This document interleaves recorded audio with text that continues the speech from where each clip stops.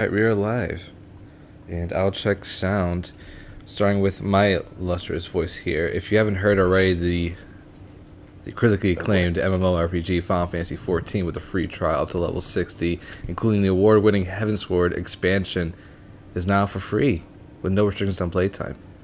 There goes half the audience.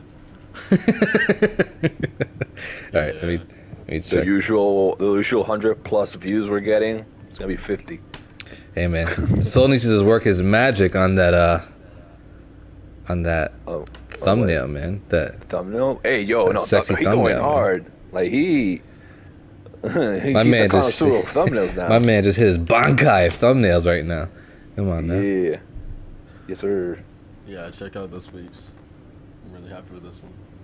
I did see it, and good stuff on the video yesterday for the Mirage reaction. Oh, thanks, man. Yes, sir. Yeah, dude. I love it. I'm gonna, if you cancel, send me, or I think I'll download it directly from the YouTube studio. But send me those thumbnails because I want to practice doing the glow around the silhouettes to see if it pops up or not. Okay. We sound good. We look good. We feel good. I kind of feel okay though. That I shouldn't have that maple bacon donut. Oh God. Yeah. I mean, it was delicious, but my body's like, "What the fuck are you doing, dude?" I bet. Question, real quick: when I play online games, but I'm not streaming, do I lag? No, not that I know of. Okay. Okay, perfect. I mean, you might, cut in and out because of the internet, but yeah, no. Let me know if I do cut in and out. Yeah, I'll listen to it. Sure. Yeah.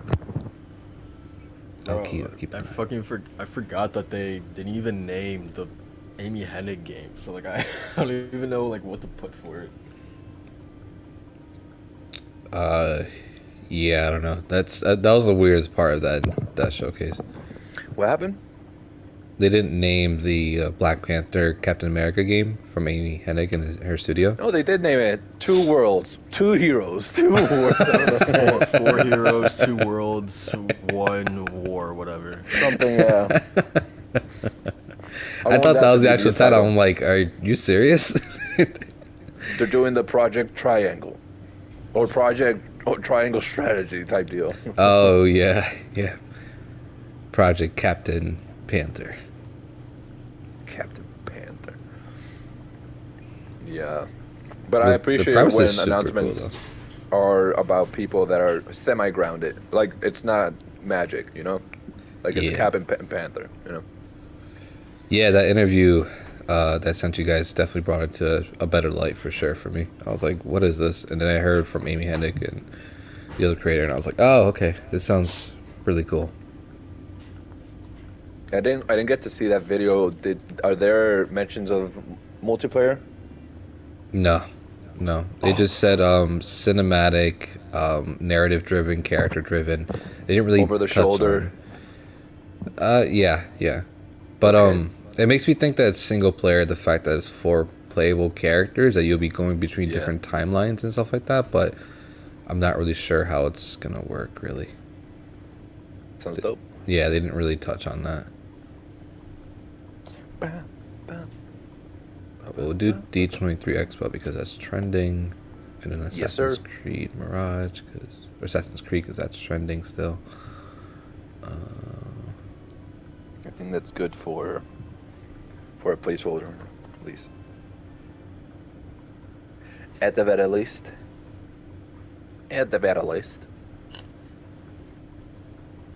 Link, and boom.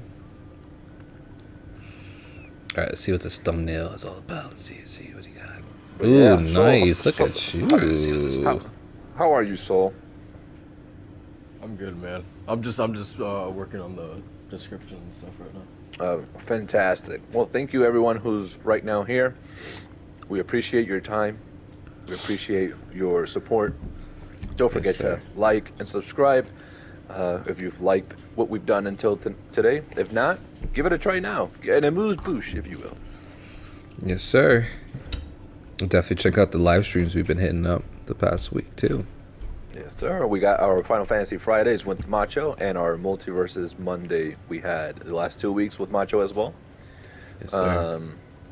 Yesterday, Soul had a video go up here on the channel of his reaction to the Assassin's Creed Mirage cinematic trailer, because it's a cinematic trailer, because Ubisoft does not know what gameplay trailer on the first time is. They dropped a couple of hints though, but we'll talk about it. We'll talk about it, but you know, the usual. But yeah, welcome on in. Yeah, man. I'm surprised that title isn't PlayStation Save Us, so Oh yeah. with the showcases. Jesus Christ, man. People on Twitter are so desperate, man. Really? So desperate. I'm not gonna name him, but that I know exactly who you mean. Yeah, my guy. I love him, but he's The acting boy a little, himself. Yeah, he's acting a little weird on Twitter. I always see these QRTs being like, "Come on, you said it was today. Where is it? Where is Oh, you got more insiders. Oh no. it?" Yeah. And not only PlayStation Usual Twitter, suspects. but yeah, the usual suspects. But also Nintendo Twitter has its usual suspects, because all summer it's been Nintendo's planning on having a direct in the next month. You know how it is. I'm like, yeah.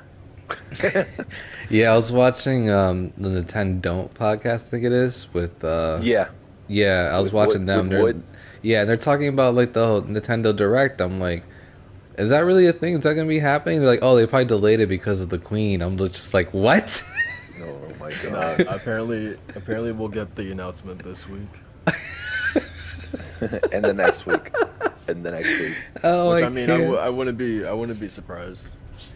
There's people, there's like there's actual like reputable people saying that yeah, there's gonna be one this week. So Oh, okay, interesting. Here's I mean, hoping. we'll see. We'll see. I guess like another trailer for Bayonetta, but I don't know. I mean, there's like the long rumored Metroid Prime. I don't know if it's a remake or just a remaster, but probably like the Oh. port coming to Switch. Gotcha. Yeah, then- that makes sense. Like the trilogy. Yeah. Yeah. If they do announce that, then there's no way you don't also give us an update on 4. What's going on with that? Find out. Yeah. There's also the rumor now of there being a Wind Waker and Twilight Princess HD port for Switch coming. Oh, nice. Another $60 venture. Love it. That's right, sir. But those are actually $60 that I'm pretty, like, I wouldn't mind doing later on, round down the line. I didn't like Skyward. I'm not a fan of Skyward Sword, but Twilight Princess was my first Zelda, so that one I'm willing to buy again on the Switch. Nice. Yeah. It was funny that Skyward Sword is the only Zelda game actually. No, I beat Link's Oh, Awakening, well, but Yeah, Skyward Link's Sword. Awakening. Yeah, Skyward Sword is the only, I guess, like mainline Zelda game that's not a remake that I beat. Oh, nice. Yeah. I really recommend Twilight Princess. Yeah, ready. All right, guys, welcome to the 75th episode of the DualShock and Sense podcast. I'm your host Soul, the connoisseur of anime waifus, joined by we got the full group today, man. Welcome back, everyone. Glad to have you back. We got Macho. How you doing, man? Yes, sir. The king of Kingdom Hearts and Final Fantasy fanatic, and fully married, totally locked down, man. Now, what's up? And I'm back. I'm glad to be back, man. It was. I missed the podcast. I missed you guys. It was a lot of fun. You feel any different, man? You know what was weird, man? Everyone would be like, "Oh, it's gonna be the same. You're gonna go back home, and that's it. You know, you're gonna be living the normal life you've been living for the past like year or whatever." And I actually do feel different. You know, I feel like I'm in this weird club now that Yeah. so few get to enter. I mean, to be honest, I would feel different too if I saw Walt's stanky ass for the first time too. Yeah. Yeah, elaborate. You're right. You're right. Actually, you know what? I think you have a valid ass point. Yeah. That's a life-changing experience right there. You're Oh, right. you bet, boy. Not I'm for like not for the better. I'm like the second coming, bitch. Yeah. Just in case, Walt, you didn't know when I first saw you the first time, I just sprayed some cologne on you real quick, just because. Yeah. But no, man, it was good. It was a lot of fun. I'm excited to talk a little bit more about it, and stuff we've been doing. So, I'll just hand it off to you, man, for the next esteemed co-host here. Cool. We also got Walt here. What's going on, man? Yeah. What's going on? You steak smelling, garbage holding. Big I love looking. it when Walt, whenever he has to come with a comeback, he always just says the same thing but takes it up like 10 extra notches. He always stutters through it too. Yeah. He's such a You want to good guy. smell this? No, I'm doing good, man. I'm doing fantastic. I went to this goofy goober's damn wedding, and let me tell you, it was a hoot and a half. I had a blast. Not because of him, but because of everyone else. A lot of great food. Gotta say, these two know how to bring the food, man. There was a lot of Puerto Rican stuff. There's a lot of dude. He had the three options. You got filet mignon. You had salmon, and you had the chicken. And man, and I gotta say, at the main lobby next to the bar where the first food was, there was the steak kebabs, and they would give you like pieces of steak. Oh yeah. That wasn't steak. That was bubble gum, my guy. That steak gave me some exercises for this job, man. I feel like a new man after that. Yeah, I think you're talking about the Brazilian station. Yes, sir. Bro, that Brazilian station, woof, that was the gym station, bro. I was working out these jaws. But yeah, man, fantastic time, fantastic week. A lot happening, and not only video games, a lot of announcements for TVs and movies. Yeah. Excited, man, to talk about some of this stuff. How about you, Sol? How are you? How was your week? Was your week good? It was alright. It was alright. But yeah, man, I'm gonna ignore your ass. But yeah, so let's get started. Let's get started, man. Once again, want to remind everyone to go ahead and like the podcast, share it out if you enjoy what we're doing here. Without further ado, we're gonna jump into the games that we've been playing this past week. I'll jump in really quickly and say that so last week I finished Tomb Raider 2013. That was fun. Very nice. And then this week, or really like the past 2 weeks, my main focus has been Destroy All Humans 2, the remake of the PS2 cult classic, I would say. This game, this entire franchise was like a big part of my childhood, so I have like really big, like, I feel like rose tinted glasses because, like, let's be honest, they're not like great games, like 9 out of 10 games. Like, they're probably like the definition of like swimming in sevens, but I don't know, like they hold a special place in my heart. So I was really looking forward to this remake, and yeah, I'm having a blast with it just as much as I did back when I was like, I don't know, like 10 playing it for the first time. It's a really, really faithful remake of the original, and yeah, I don't know, man. It's like just probing you sick man, like probing humans. Yeah, even though I think they took out the poop animation.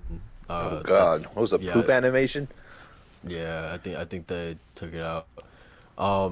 But yeah, man, I'm on the final level, which is the goddamn moon, which I think is, I remember this level like fondly, just having so much fun in this level because it's like zero gravity the whole time, so like you jump a little bit differently than you do in the other levels. So I'm really excited to just run around and just mess with people in this level specifically. So yeah, almost finished with it. But otherwise, yeah, it's a great time, man. Really, really loving it. What about you guys? Well, I honestly don't know what much I had been playing, but me, on the other hand, this week I got my hand on the goddamn beauty that is the Steam Deck. I Yes, finally sir. got my email sent to me. When was it? Like 2 days before the wedding, and the next day, very much after the wedding, I put in my order, and I got it Thursday, I want to say. And bro, oh my god, I feel like a little kid, with a brand new toy. This thing is insane. First of all, the biggest con for me, in terms of handheld, is the battery life. I guess, depending if you're running like a really powerful game, obviously it's gonna burn through that battery pretty quickly. But I've just been downloading emulators, bro. Our good friend Dr. Mo helped me, figure out what I needed to have like a main hub for all the emulators, and I started playing Luigi's Mansion on it, and oh man, that thing feels like it aged like fine wine, my guy. It plays even better, I think, than the GameCube. It's insane. It is absolutely insane. I downloaded the Teen Titans beat 'em up that I played for the GameCube. I downloaded the Paper Mario Thousand Year Door, Paper Mario for N64. I have Lollipop Chainsaw Massacre. What? Yes, sir. All right, we gotta have a I talk. Well, we gotta have a talk then, because when I get my Steam Deck, I'm definitely gonna be reaching out to you. I'm gonna be like, hey, yo. Hey, buddy. Because Yes, sir. honestly, man, what I downloaded, it's this thing called EmuDeck, and what it does is it makes it where all the games that you download. Well, first of all, it downloads all the other emulators. So your Yuzu, your Zemo, your Citra, anything that, from PS3 to PS1, from N64 to Game Boy Advance. And what that does is it compiles a list of all these games that you download. Obviously, I go to Vim's Lair, which is where I downloaded the games. Essentially, once you download them, you go to the EmuDeck section, and you generate the list. And then when you go to the Steam Deck proper page, they show up like a Steam game. So they show up with their icon, so you can directly go to the game from the main hub. Cool. And it makes it so like the Steam Deck has like officially that game in the store. And it's so satisfying, it's so convenient. Everything is just in one place. I downloaded Kirby's Nightmare Dreamland for the Game Boy Advance. Oh man, let me tell you, I've been having a blast with this new toy. So you're telling me that I could PlayStation. put my Astral Chain Switch cartridge into it and start playing Astral Chain? I don't know about putting the cartridge, but you Wink, can wink, certainly, wink, wink, hint, hint. but you can certainly download that cartridge. You know what I mean? Oh, okay, cool. Yeah. Wink, wink, wink. Yeah, cool. For that, you'll want Yuzu. Yuzu's the one for Switch. That one's a bit more complicated, I think. I haven't dived into it. But you can most certainly play that on 60 FPS, baby. Ooh. Bro, let me tell you. Speaking my language there. Mario Odyssey in 60 FPS? I feel like I'm having a fever dream.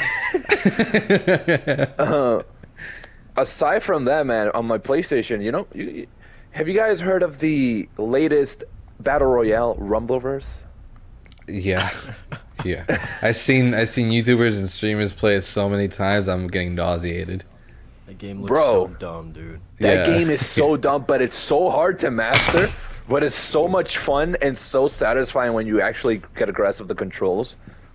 It's so satisfying to be at the top of a building and block an attack, stagger the enemy, and tell that enemy, I'm going to suplex you like a meteor all the way down. And you do it, and it's so good. It's so satisfying.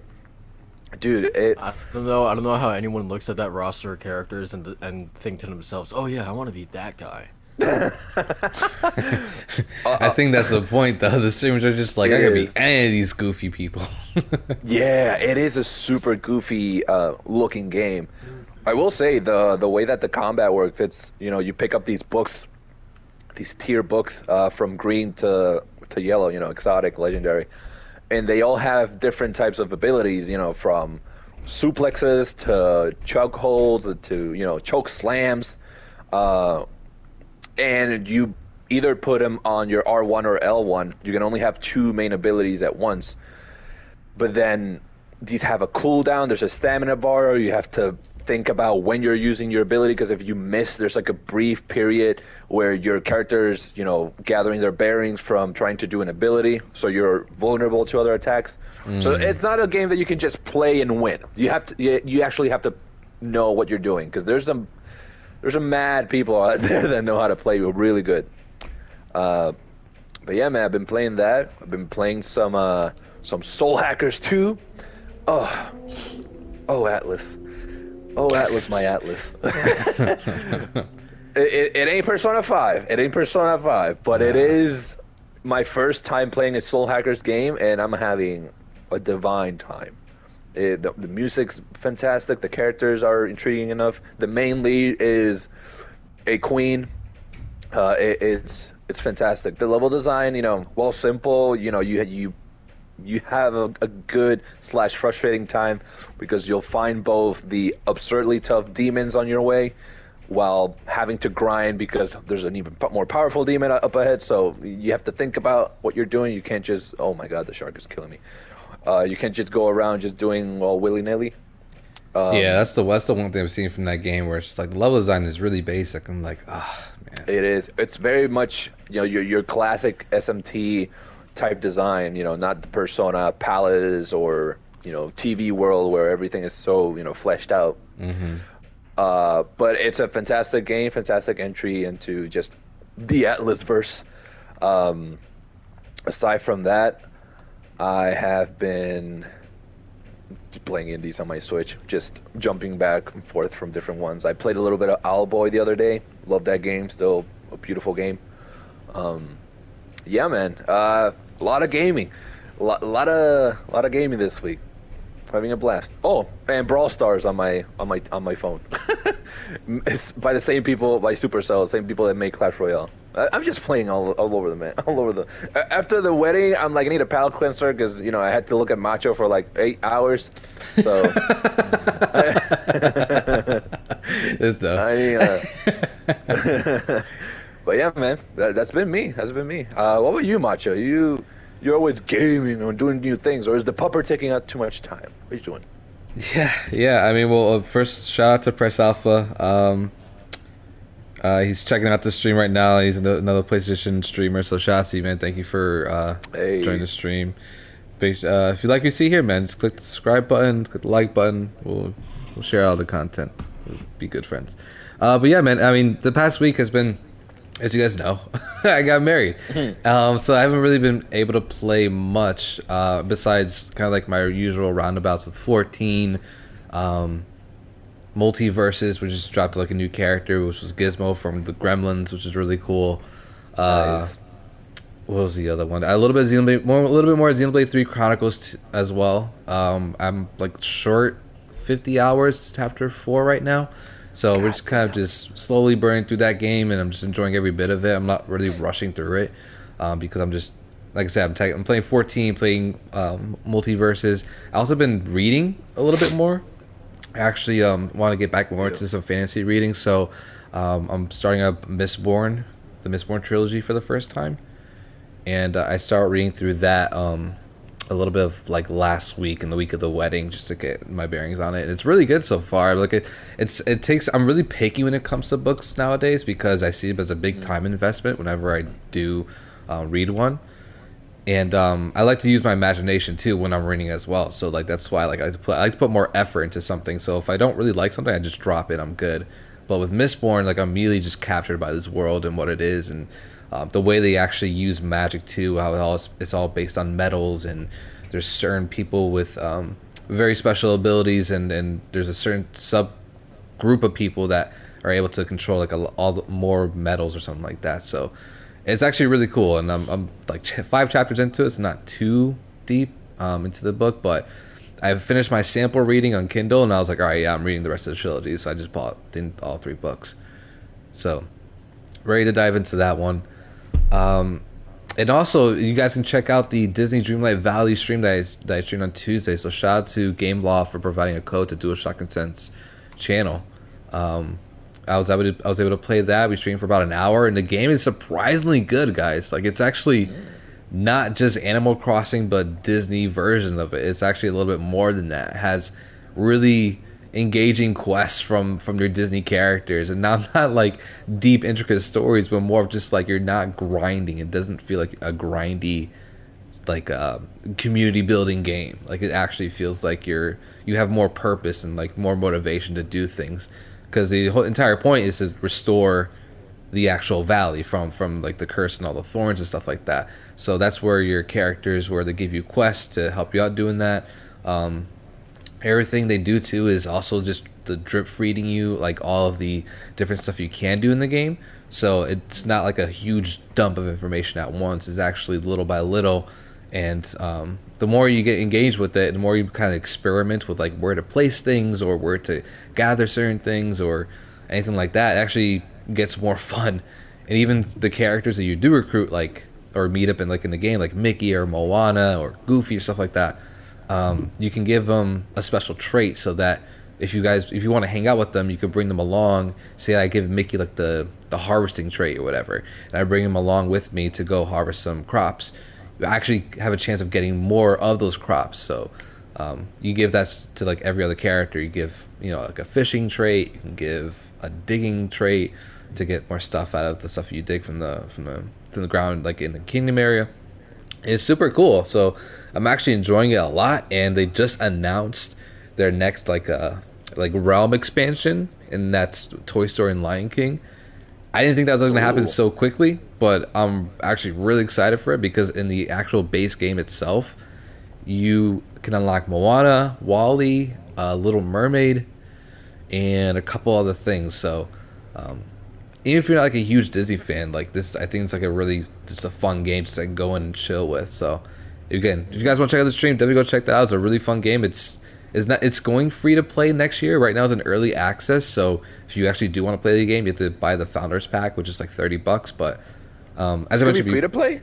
It's going to be free to play next year. Yeah, it's right now it's in early access. Right now it's like the people that buy the Founders Packs are basically kind of just beta testing the game essentially, so that everything smooths out with multiplayer that's eventually coming and a couple other stuff too. But overall, I'm really happy with the game. I think like even just for $30 for an early access game, some people be like, "What is that?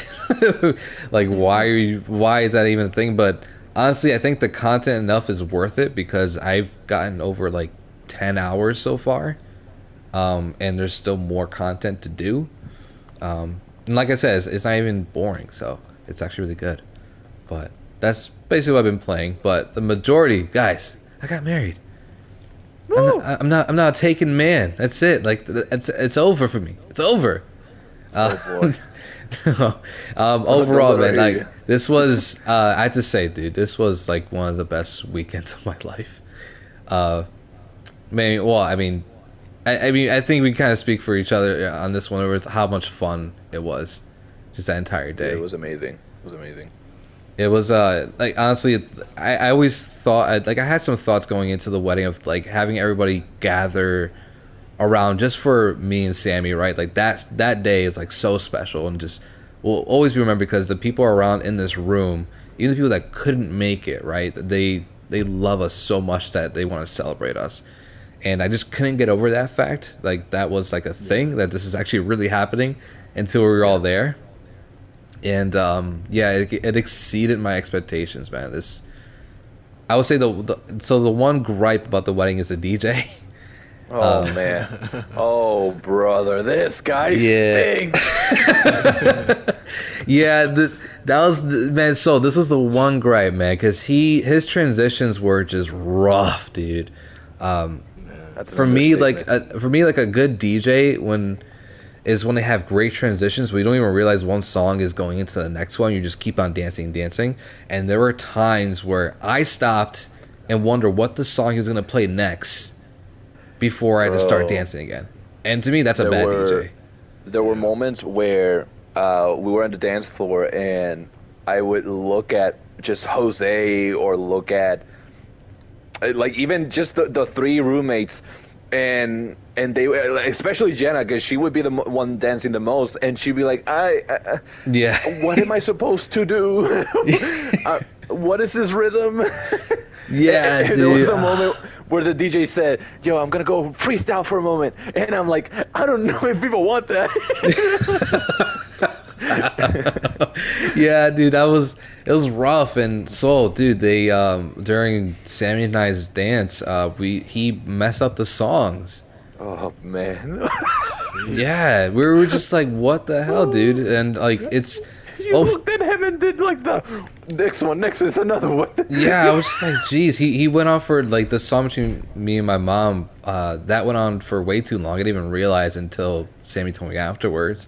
But yeah, this dude was just not on the shit. But thankfully the photographer was on everything. We got some amazing photos from the entire wedding.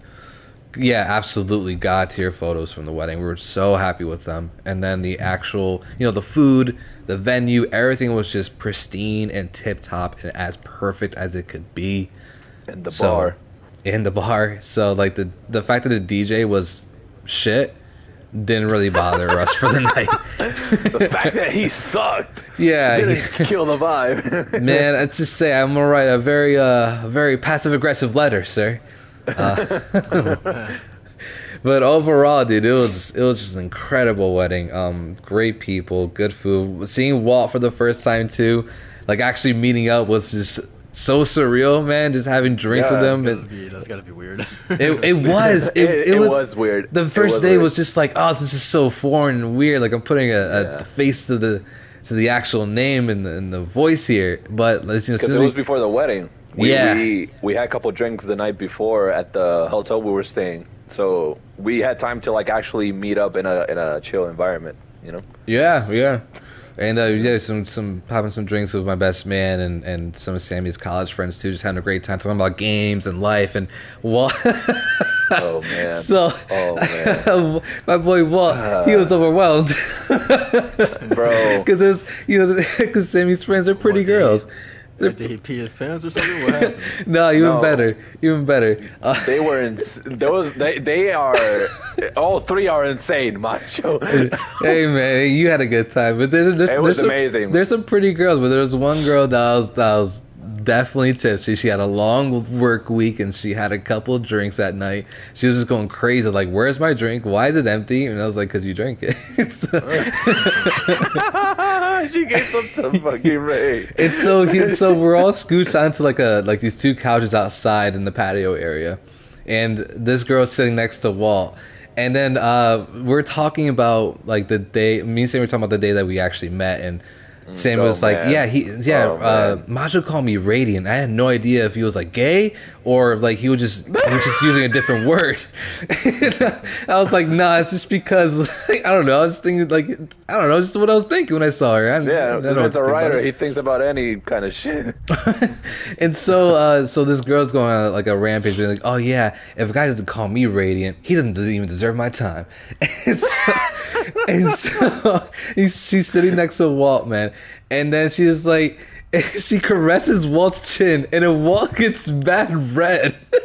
And I'm like, what is happening? And then she's like, you're Radiant. And then Walt is just like beside himself. He has no idea what to think, dude. And I was just like, amazing. It was so much fun because, like, not only man, there was so many comments thrown to everyone. Everyone was saying one thing and the other, and she was the only one that had too many drinks. But y'all were just you, so that was enough. It was a great time, dude. But yeah, even great. After the wedding, the night of the wedding, me and my wife went back to our room, and I really wanted to come down with you guys and like chill out and to see the rest of the groomsmen and everyone else, but duty called, and and Walt actually stayed up with everyone else until like 3 a.m. I was like, dude, y'all party animals, man. Yes, sir.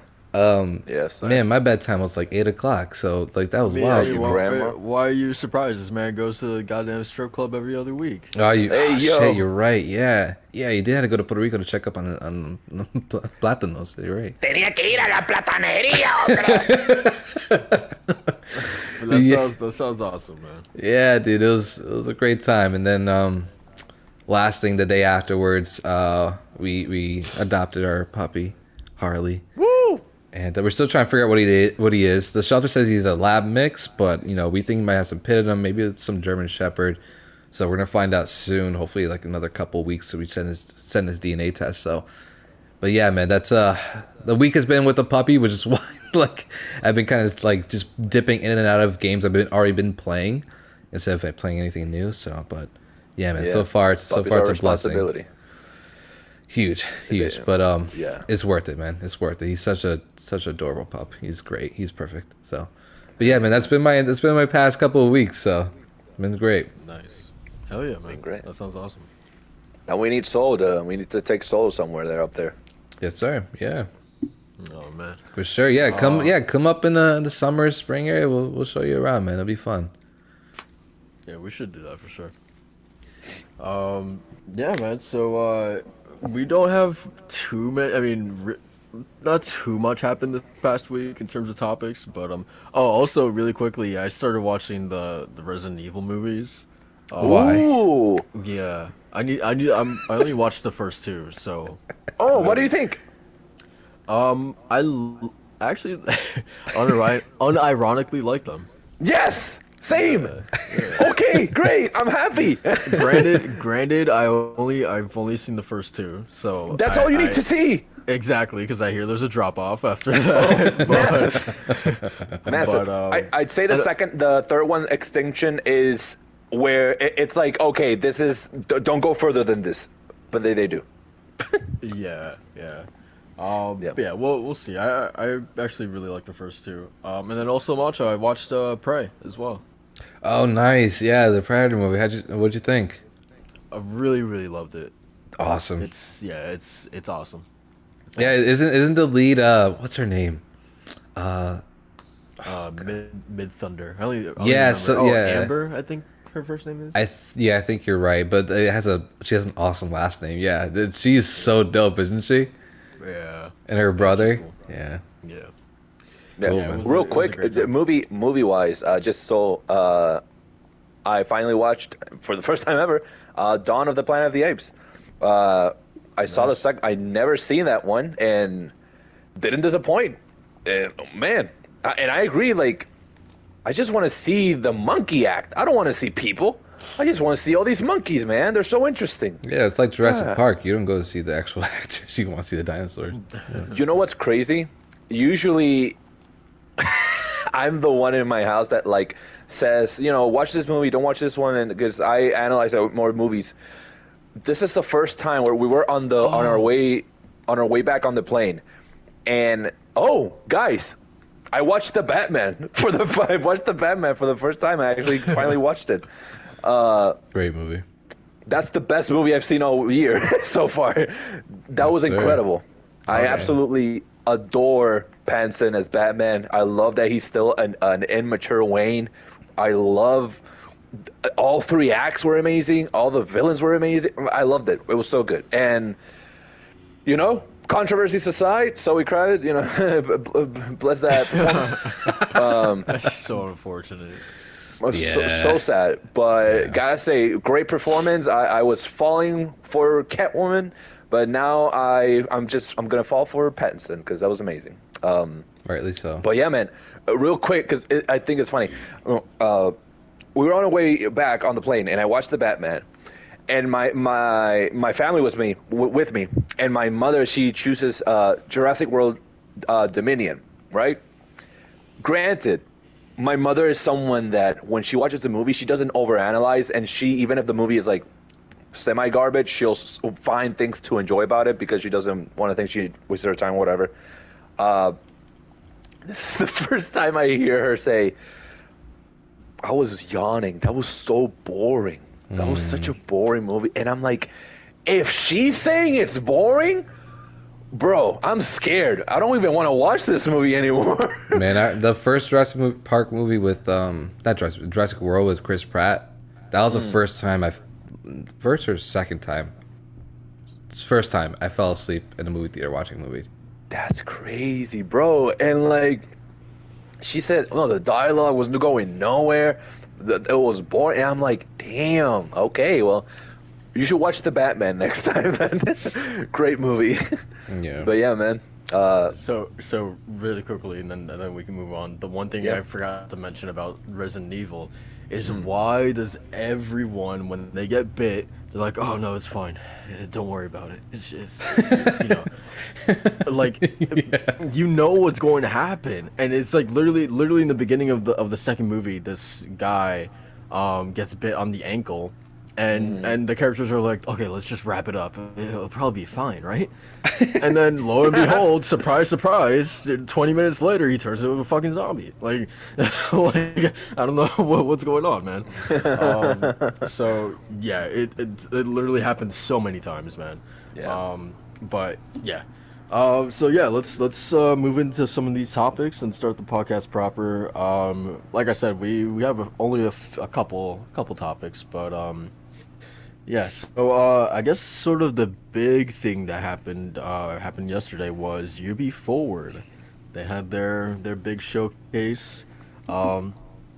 It's funny because I think going into it, I had the same belief of this as I do with PlayStation if they do decide to have a showcase. Is that I didn't think Ubisoft would have much to show because they just released a Far Cry game, they just released a Watch Dogs game, the Splinter Cell remake thing, whatever, is still years out, so I didn't think we would see anything from that. Lo and behold, they showed us breadcrumbs, man. So, Dude, I was beside myself. yeah, man. So, I'm honestly, this thing happened yesterday, and aside from the Assassin's Creed stuff, I could not tell you what they announced.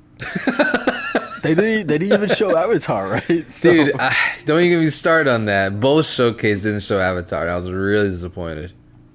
But yeah. So, I mean, can you guys honestly remember like what they showed aside from AC? yeah. I mean, they started off with Mario and Rabbids, I believe, right, Walt? Did you see it? Yeah. Right. I saw the order of things. I didn't sit through it because many times I tried, but yawned. They showed Sparks of Hope, I think it's called, and they showed some Skull and Bones. Good old Skull and Bones. Aside from that, like God, yeah, I forgot about yeah, they announced like So the different types of ways for you to get Skull and Bones, and I pretty much they touched more on existing properties than they did upcoming things. The only big thing that they touched on was AC Mirage. Aside from that, I guess I just blocked everything else. That was the only thing that actually stood out for me. Yeah, I mean, well, I caught the showcase late, so I actually had puppy training classes right at the same time as the showcase. So as soon as I got home, went on the computer, started doing some more research for the honeymoon, and then in the background I was actually watching the showcase. And it was during the Skull and Bones and a couple other. I just started skipping through it. I was just like, okay, I don't want to see any of this stuff. But Mario and Rabbids was the one that actually looked pretty cool, and plus the announcement for the DLC with Rayman going to be in there. I thought that was really cool.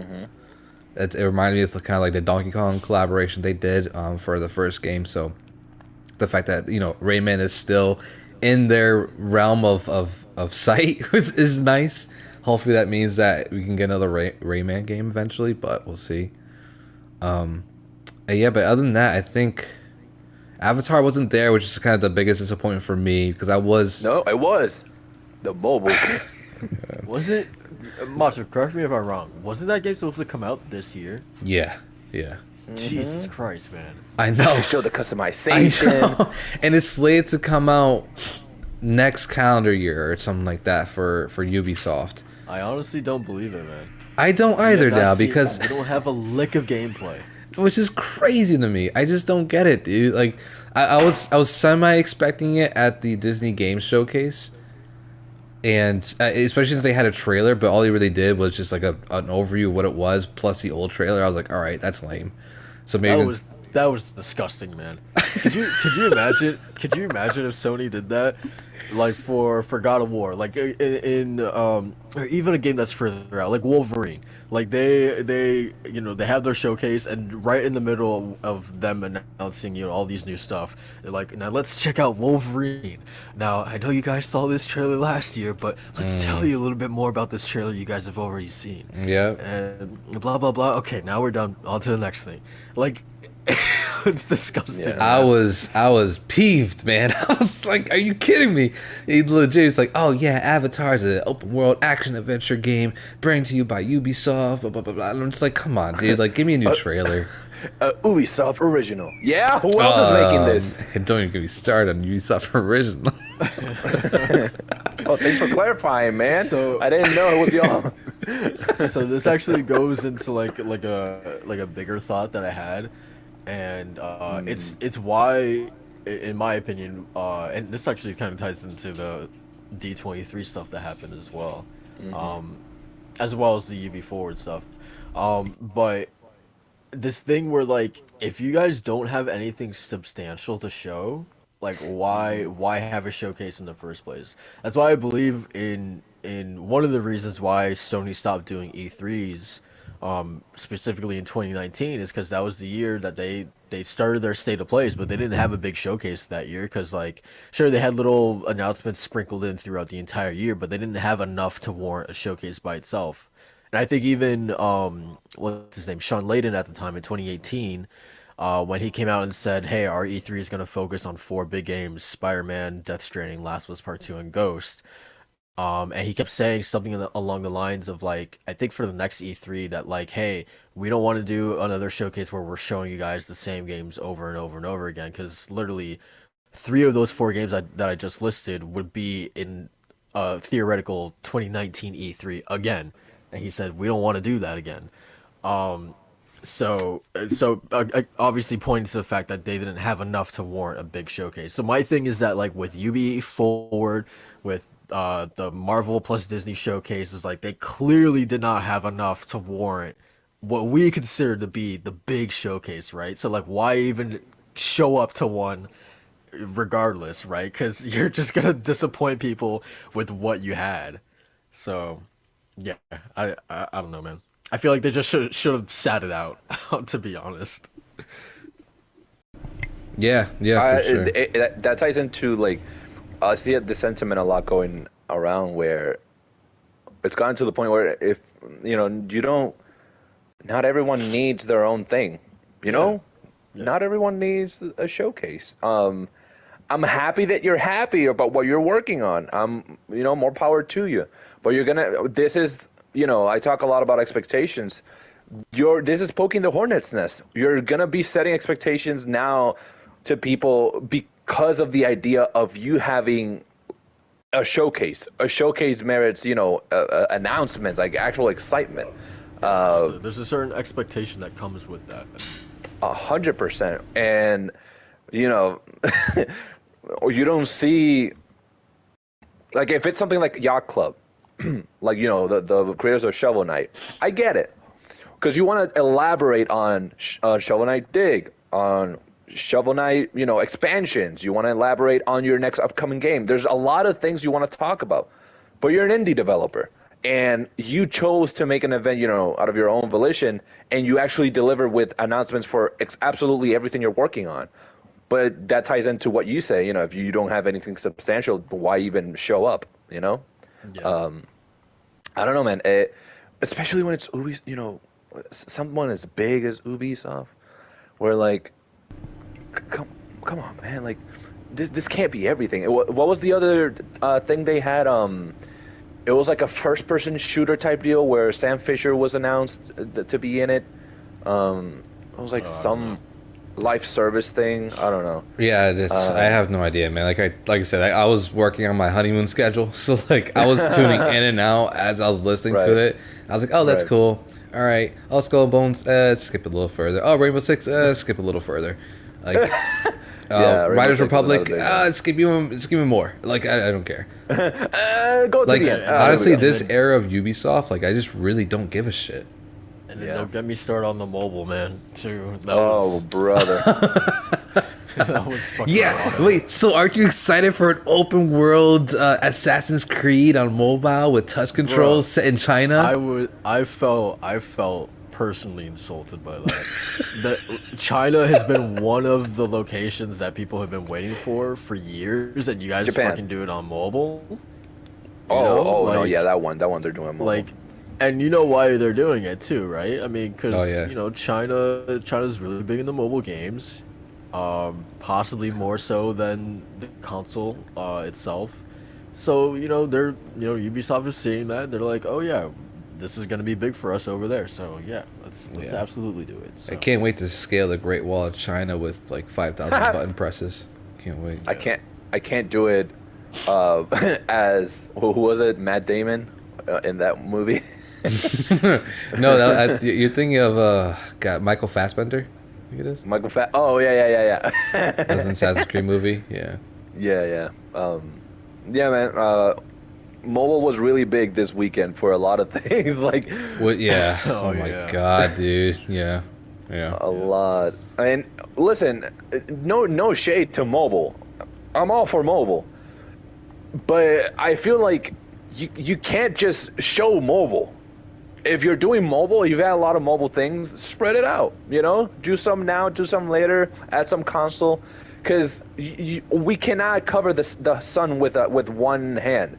We have to be, cognizant of the fact that mobile is not looked at the same way as other types of video gaming. I get it. Casual gamer, China being the market as it is. But you don't see PlayStation just like talking about like their handheld. They gave up on the Vita. The Vita was more successful than the PS4 or PS3 in Japan. You don't see them, I mean, they're doing other stupid stuff, but that's out of the question. But yeah, man, it was weird. Yeah. I'm glad they finished out with something that people actually wanted for the longest time, which is AC Mirage. So far, we got a cinematic, but so far, they're saying stealth and parkour are coming back. They're going back to their roots. Yeah, real quick before we touch on that, so do you want to break down real quick like what Assassin's Creed stuff they did announce? Yeah. Or? Oh yeah, touch on that. Yeah, so let's get into this. The big sort of I guess headline, they announced this earlier in before the showcase came out, was like the big headliner for this whole thing was the Assassin's Creed showcase. So they were having a showcase within a showcase. So they showed off a total of 5 Assassin's Creed games, I think. Jesus, wow. Yeah, so first off, they started with Mirage, which is a game set 20 years before the events of AC Valhalla, taking place in Baghdad, starring Basim from AC Valhalla as well. And as Walt sort of alluded to, it is the Assassin's Creed game that is sort of a homage or love letter to the original Assassin's Creed 1. Quote unquote. Because I still don't trust that this is going to be fully faithful. There's going to be one thing that's going to be annoying of it. Hopefully not. But I just see something from the new formula that's going to be present in this one. I mean, it's reassuring that it's not, the open world RPG style of the last 3 games. It's not, doesn't have the dialogue options or you choosing your gender or whatever. Yeah. So yeah, it's more in line with the classic AC in that aspect. Obviously, all we saw was a CGI trailer, so the jury's still out on the gameplay. And to clarify it, so real quick, we say old AC, we literally mean AC like 1, AC 2. Like this is going all the way back to the very beginning, because old AC, you have 3, you have Black Flag, and you have Syndicate, and these all have very different flavors. This one feels like they're going very much to the Ezio days or Altair days. Yeah. So yeah, I think the jury's still out on the gameplay because this is still running. I don't know if you guys noticed that this is still coming to old gen, so I think it's still gonna be running off of like the bones of the like Valhalla engine. So my worry is that the combat is going to be kind of similar. Obviously Hack and we'll slash. see. We'll see. But I said in my reaction that they're saying all the right things. The iconography is all the things that I like in AC. They're ticking off all the boxes for me personally. Um, I thought it was a little scummy that they're throwing up pre-order shit and telling you to pre-order without showing you gameplay. I Don't you really hate the don't. fact that too they have like that little sticker on the fucking box too? Oh, what sticker? They have like this the exclusive mission. Oh yeah, I yeah. hate when they do on the boxer. I hate it, man. It's mostly I hate the Yeah. day one shit. Yeah. Yeah, definitely. No. It's similarly to how, with, like, for instance, Ratchet and Clank, and I think God of War Ragnarok has this too. They have like a launch edition banner like on the box art as well. Mm-hmm. I really don't like that. I just want it to be like the plain normal box art, not with that stuff on there. Um, Yeah. but yeah, so like I said, they're definitely saying all the right things. I like the Mm-hmm. fact that the CGI trailer was very parkour centric. That's Mm-hmm. reassuring to me. I'm hoping that means that there's going to be more of an emphasis on that, unlike the last three games. I like the student mentor relationship. That seems to be a big focus story wise. Um, I don't know if you guys saw who's playing the mentor. Yes. I can never Yes, say her name, sir. but yeah, she's awesome. I'm Yeah. really excited. Shiro, Yeah, something like that. Yeah. Show Ray, I think. Shoray, yeah, Shoray Yeah, Abdaglush or something like that. Yeah. something. Yeah. Yeah, Um, she's incredible. She was the most recent thing that I remember seeing her in was in oh my God, Arcane. Arcane. Yeah. She was in Arcane. right, right. Yeah. So she's great. I'm Yes, really sir. excited for her. Um, but yeah, and back to like the iconography stuff, like the Mm-hmm.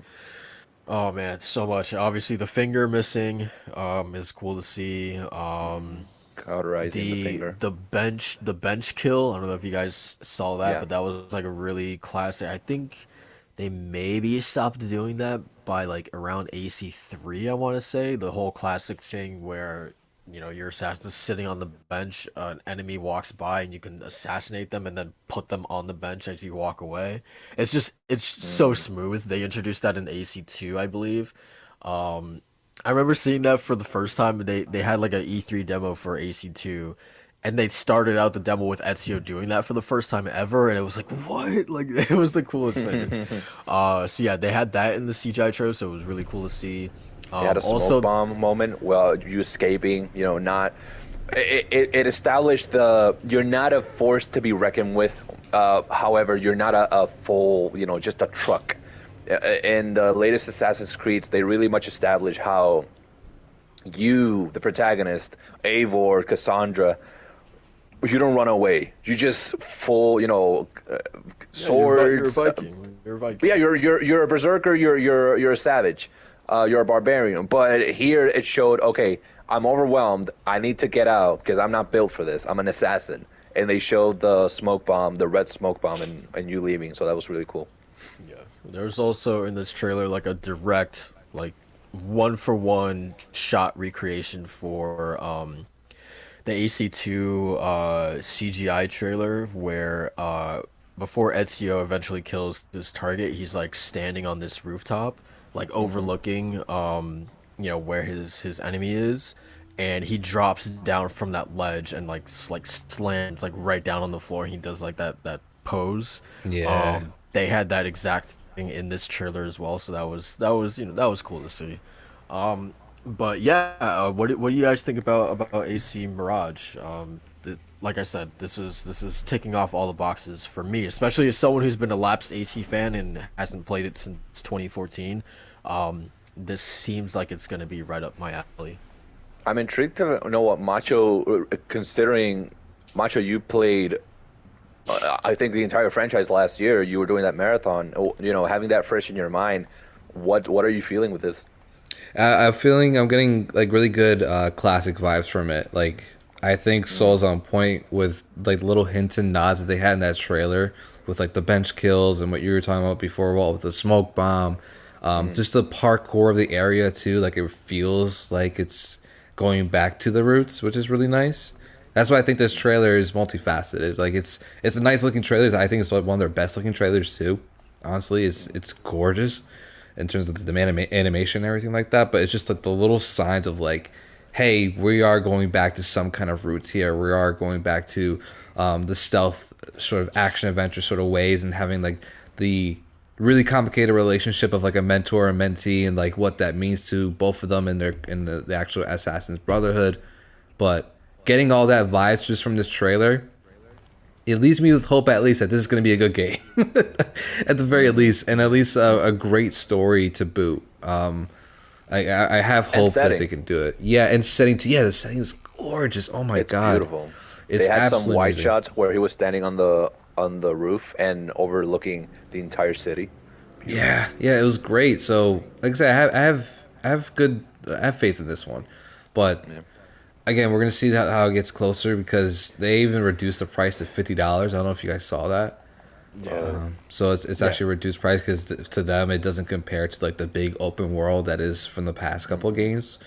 Which I feel like it was to be expected, because the rumor was that this was originally a DLC for Valhalla, and then they eventually like split it off into its own thing. So yeah, I'm not surprised that it's a Miles Morales sort of size game.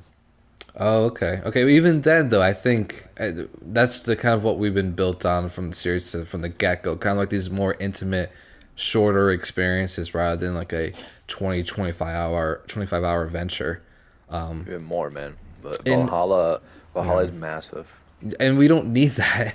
We really don't need it, especially again coming from playing the franchise just like 2 years ago. And let me say, man, like it was much more effective and impactful having the Ezio trilogy be 12 to 15 hour narratives. And same thing with Syndicate. That game wasn't a long game. It was like 15, close to 20 hours. But even then, that story was really effective and it was great. And I loved the characters and everything like that. The only one that was. DLC, I didn't play the DLC, but. Jack the Ripper's so good. Yeah, I didn't play that one. But the only one that was like a real like fault in that sort of classic lineup was Unity. And the entire story, like the gameplay was good and it was actually a hard game, but the story and everything else was just like, oh, God, what are you guys doing?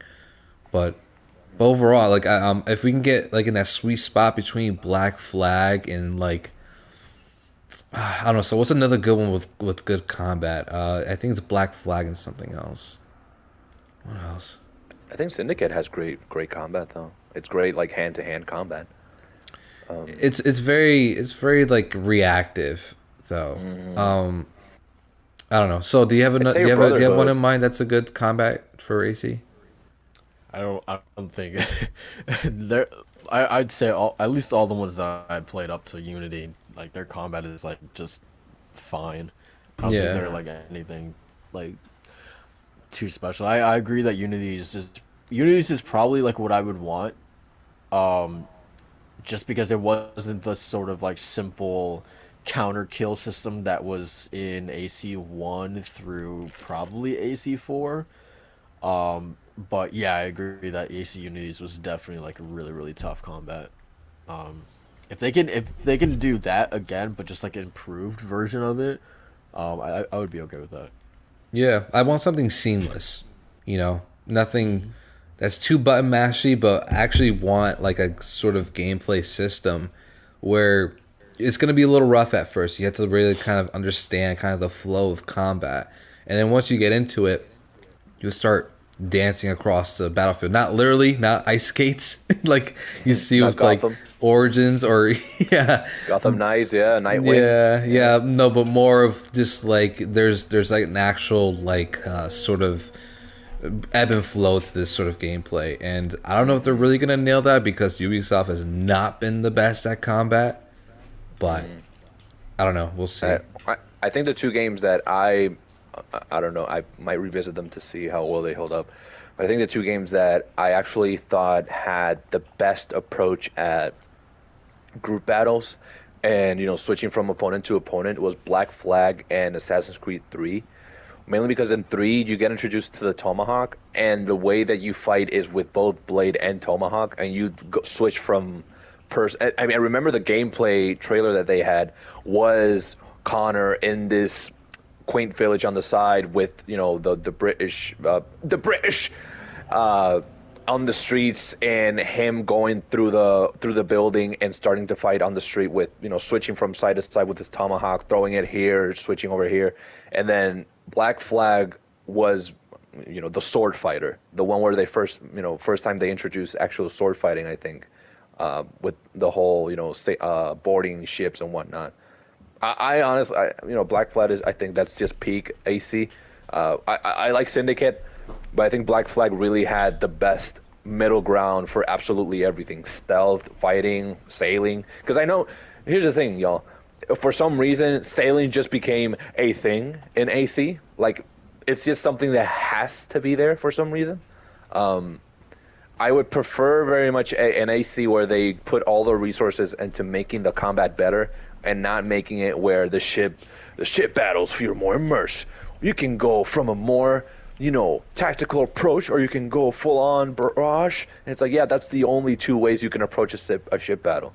It's not like you can go underneath the water and be like Davy Jones and like surprise attack a damn ship, you know? Like they talk about sailing like it has so many options. It doesn't, guys. It's a ship. It's a ship. It's not D&D. Golly.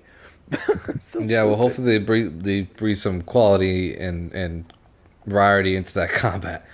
Yeah, and Basim is, I think, an interesting enough character where you can explore his origin or his, you know, old days. I just hope it doesn't go too supernatural with it, which I fear that the it probably Isu? will. Like with No, with the fighting Loki, mythological, that stuff. Yeah. I think they will. You saw the ending of Mirage, right? Yeah. As soon as they had like that little bit, I was like, oh, they're still going supernatural. Yeah, but I mean, the series has always been thing. sort of supernatural, just not ridiculous. But it's a story. Like the supernatural has always been a background. Has always played the background. In the latest iterations, you join the supernatural settings. You know, you fight these mythological creatures. You fight Minotaurs. You fight Medusa. At least with Desmond's storyline, it was like, oh, this ancient civilization of the most you had in interacting with the supernatural and the LACs was you gathering shards around the world to put together this one clip of Adam and Eve escaping the Isu. That was like the most you could have with the interacting with the supernatural. But now they literally are like, a trial, and you fight gods. And it's like, no, I get it with Eivor. Eivor is literally has Odin's soul. So, but stop. Yeah, I mean, I feel like they kind of had to do that with Odyssey and Origins too, because the culture is so rich and it's sort of a supernatural history with Anubis and all this kind of stuff. Like, how can you not do that stuff? And when you have but it wasn't real. It's beliefs. I know. Yeah, I know.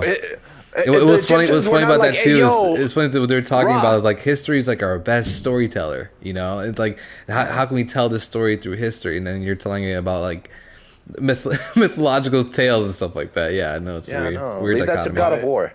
My thing is that this is, well, first of all, you should have done the Immortals Phoenix Rising thing and just split it off into a new IP. Like, it just feels like they just slapped the AC brand on a Viking simulator or a Spartan simulator. You're right. You're absolutely right. And crap, what was I gonna say? You know what? I think I forgot. Oh damn, yeah, I forgot what was the other thing I was gonna say. So. Damn, yeah. But Rip. yeah. Damn it, dude. Well, while he thinks of it, I mean, the other stuff was the Assassin's Creed Netflix, which I don't know. We'll find out what that's all about. Yeah, that's one of the announcements. Assassin's Creed Netflix, along with like the other games that they were announcing. Oh, and did y'all mention Codename Red already? Nah, no, not yet. We could touch on that though. We're still thinks on what he forgot.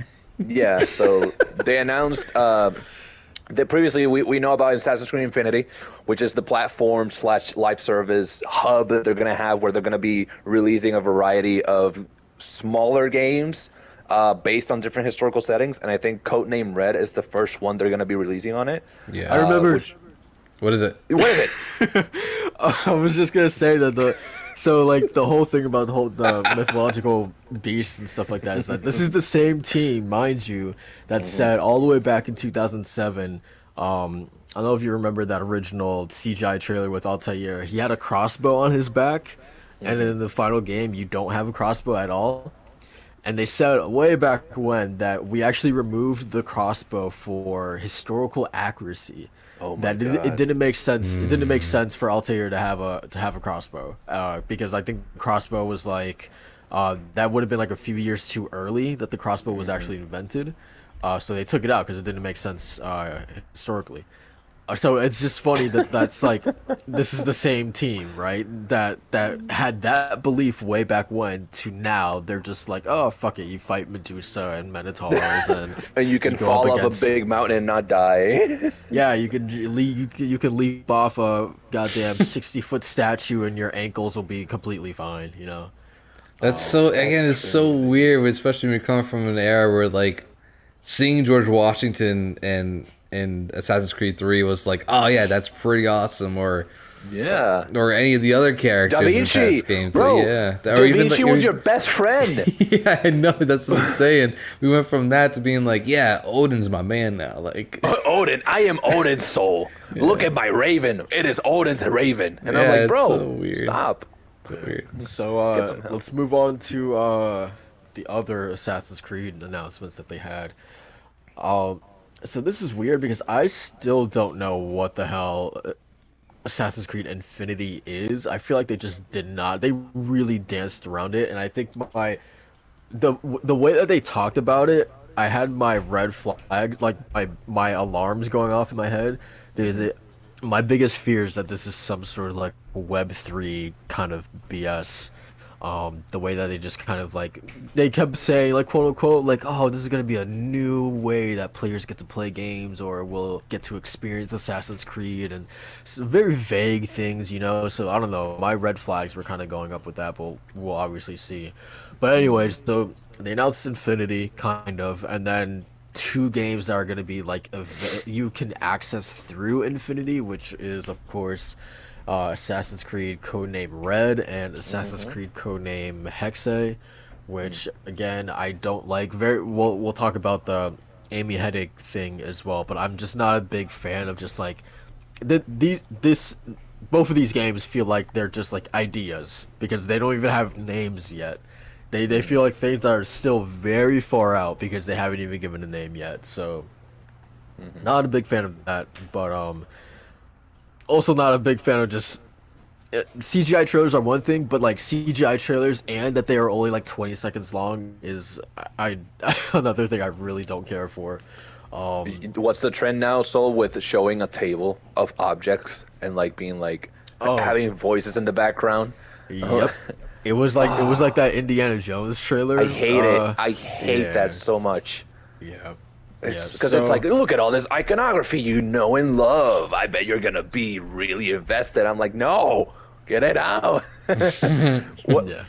I don't know about y'all, but I agree that people have been begging Ubisoft to put Assassin's Creed in Japan, but it just didn't really hit. I don't know if it's because it's gonna be an Infinity and it's very ambiguous of what Infinity is, and they're not really clear as to what this is going to look like. But also the fact that I feel like with Tsushima, I kind of quenched that thirst of an assassin in Japan. I agree that it's different. It's different. Like there's moves, there's settings, there's ways that an Ubisoft Assassin's Creed old school game works that Tsushima doesn't do. But I feel like this is not it. This is not what the majority of people are asking for. And also because I don't know if this is a Liberation or a Chronicle situation. Is this going to be a smaller game like Liberation? No, is this going to be No. They said that this is the Odyssey team. So yeah, it's a full-fledged. This is the next, like Mirage is like the way that I took it. Mirage is the side project. Red is the next big Valhalla Odyssey scale game. Yeah. But to your point, which honestly I would put them in reverse. I would love for Red to be a more OG AC. But the reason why you're not excited for this is because they didn't say anything. There's nothing to get out of this trailer except for that it's gonna be in Japan. Cool. You know, and I know for some people that's probably all that they need. But like, yeah, for for you, Walt, you need more to go off of than just that. Because they literally put the assassin with a sword and the blade on top of a roof, and then they say it's a shinobi / assassin, and it's like it's an assassin. That's what a shinobi is. It's an assassin. Like, you're not telling me anything. Yeah, I mean, well, Alpha, who's listening to the podcast right now, he said it best too, where he has a quote, clarity is more important than persuasion. So Yeah. This is exactly what we needed. Yeah, this is exactly what we needed. We didn't need to be persuaded, like, oh yeah, Assassin's Creed's gonna keep living on with like 10 projects. Like, no, we needed to know what these projects were. That was not just Mirage. Yeah, because then we're gonna fall into the pit of another company that's all about promises and waiting for the next big thing, because promise that everything is there still. You know? Man. Then we're going. That's not a ground I want to be in with Ubisoft. But that's where we are. We're at a point where promise that the next years you're gonna get what you want. Psych. Put the Chappelle meme. Gotcha. You know? Come on, man. What is this? That's crazy. I don't know. It felt more like, I don't know, like they were just like dangling that in front of us, like being like, "Oh, we know you guys have been wanting this, you know, this entire time for so long. So here you go. We won't tell you anything about it, but here you go." Dude, they said it like 3 times in the damn showcase. They're like, "Oh, this is what everyone's been waiting for, right?" Like, yeah. So, we got something else you guys have been waiting for. Oh, we got another thing we've been waiting for. And you better keep waiting. And all you got was damn code names.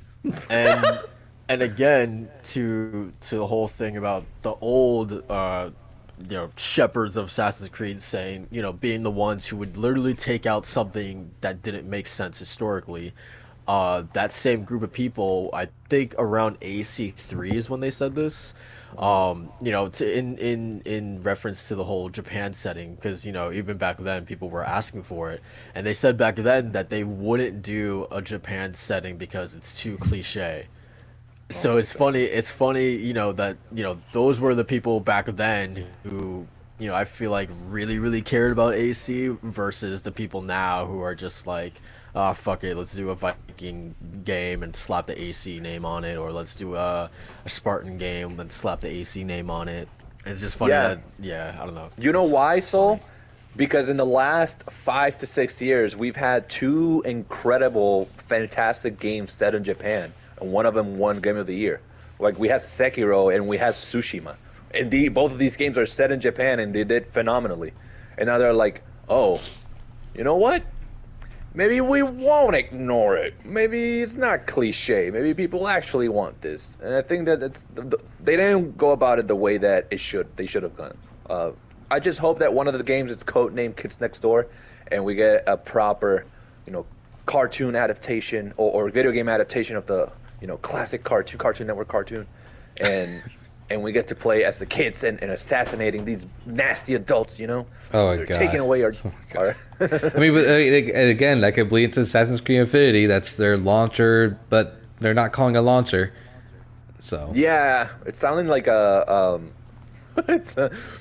very much is sounding like just a metaverse type deal where you get to go in here. Yeah. That's what I'm scared of. That's exactly what. That's why they're not calling it a launcher. They had the interview with IGN, which I was looking at yesterday after the whole showcase, and IGN has at least like a 10-paragraph interview talking about this guy, about what Infinity is. Mm-hmm. And it's just more confusing because IGN is calling it a launcher because it's essentially what it is, but Ubisoft doesn't want to call it that. They don't want to label it like that because essentially it's like a metaverse sort of thing where you just go into the game and then you see Red, you see Mirage, and then you just kind of go into it. So it's like you are being transported into like this world or metaverse of Assassin's Creed, but it has a label of it, being something more, which is it's really not. It's just a launcher just to go into other games.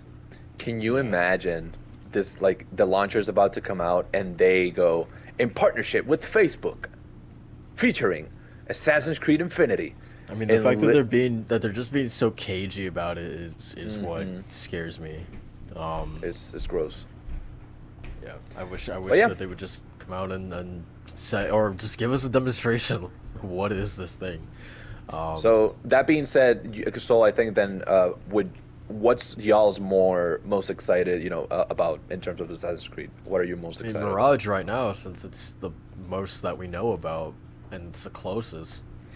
I'm still not, and I said in my reaction too that like I'm not pressing the pre-order button until I see some gameplay. But with that specific, I'm like flabbergasted that they didn't show. This thing is supposed to come out in spring 2023 or early 2023. I'm just shocked that they wouldn't show that game running. Like you would think it would be in a state to show off what it looks like, but apparently not. I don't know. No. So yeah, and again with like Hexe, like we don't know anything about that aside from like the general setting. So like Mirage simply because it's the one that we know more about. So I can tell you what Hexe is going to be about, and I can say this because I'm Puerto Rican. So and you just pull out the same excuse I get to Sammy every time. In cartels, sometimes you hear people call themselves Esse, right? So Hexe is a play on words. Because in reality, it's going to be an Assassin's Creed set within the cartel, the Sinaloa cartel. And you're going to be playing as a up-and-coming mobster or up-and-coming gangster in the streets of Culiacan. And you're going to be playing as Benito Alvarez. And you're going to be taking up the mantle of an assassin within the Brotherhood of Mexico. So it's actually Assassin's Creed Esse. Not Hexe. Assassin's Creed Essay? Is that what you just said? Yes, Essay. Yeah. Hello, what's going on, Essay? I'm done, yeah. First of all, I'm still fuming with the fact that you said I can do this because I'm Puerto Rican, which is the same joke and excuse I give to Sammy every time. And what's even better is that we went to the puppy training classes yesterday, and the dog that's actually like in the same class with us, he's from Puerto Rico, and then his owner is literally like, oh yeah, it's because he's Puerto Rican. I'm like, hey, everyone thinks the same. honestly, Walt, that kind of had the same vibes as I'm not racist. I have a black friend. For real, yeah, I know. Listen, man, we were all colonized, so it's shared trauma. So we have so they announced Hexe, Jade, Red, Mirage, and then the whole AC, I don't know, Netflix thing or whatever. Yeah. So yeah, I mean that's the future. That's the future of Assassin's Creed for the foreseeable future, man. So, aren't you excited, Sol?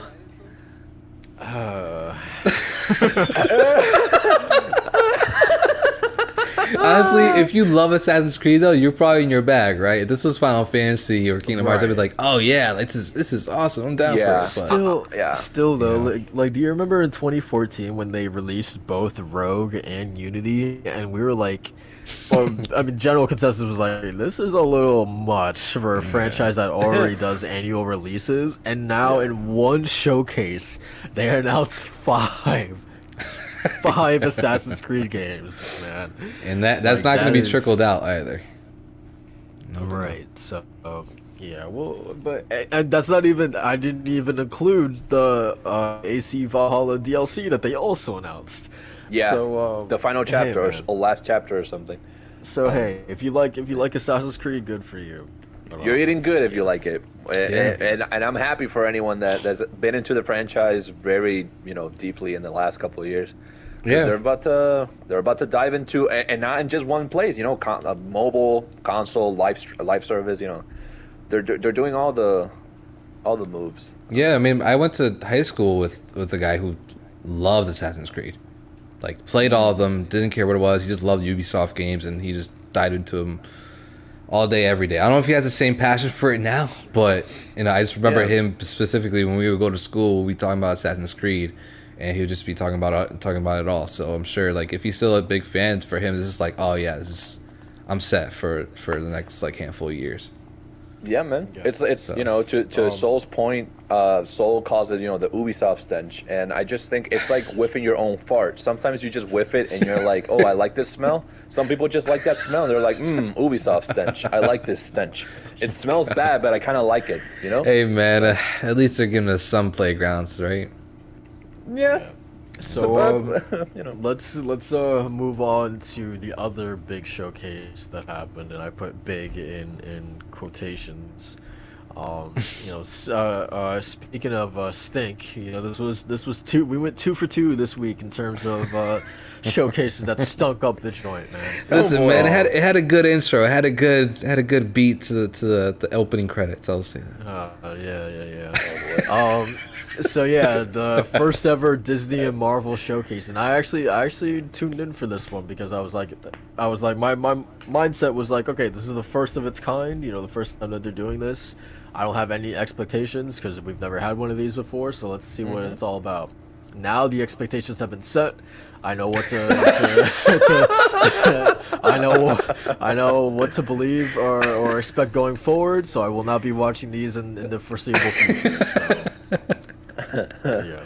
Yeah. But what did you guys think about it? Oh my god. I mean, I'm glad. My big thing, because I did follow the announcement that he was going to be hosting it. I'm glad, you know, it was cool to see Blessing. I have Blessing Ode Jr. Yeah. Yeah, from Kind of Funny. It was cool seeing him, you know, being the host, and he killed it. The one thing I'll say, and this isn't his fault, because obviously this is the people who wrote his script. Yeah, the producers. Because and all that. Ubisoft had this exact same problem too, like their hosts. But it's like after a trailer, and I also feel like Macho. This is kind of what we talked about with the whole Forspoken trailer about Faye being way more hyped about it than we are when we're watching it. That kind of disconnect between us and what's happening in the trailer. Every time a trailer ended in the Disney Marvel showcase, Blessing was like, "Oh yeah, that's dope." You know what I mean? So, again, not his fault. Just the people who wrote his script. But every time he was so hyped.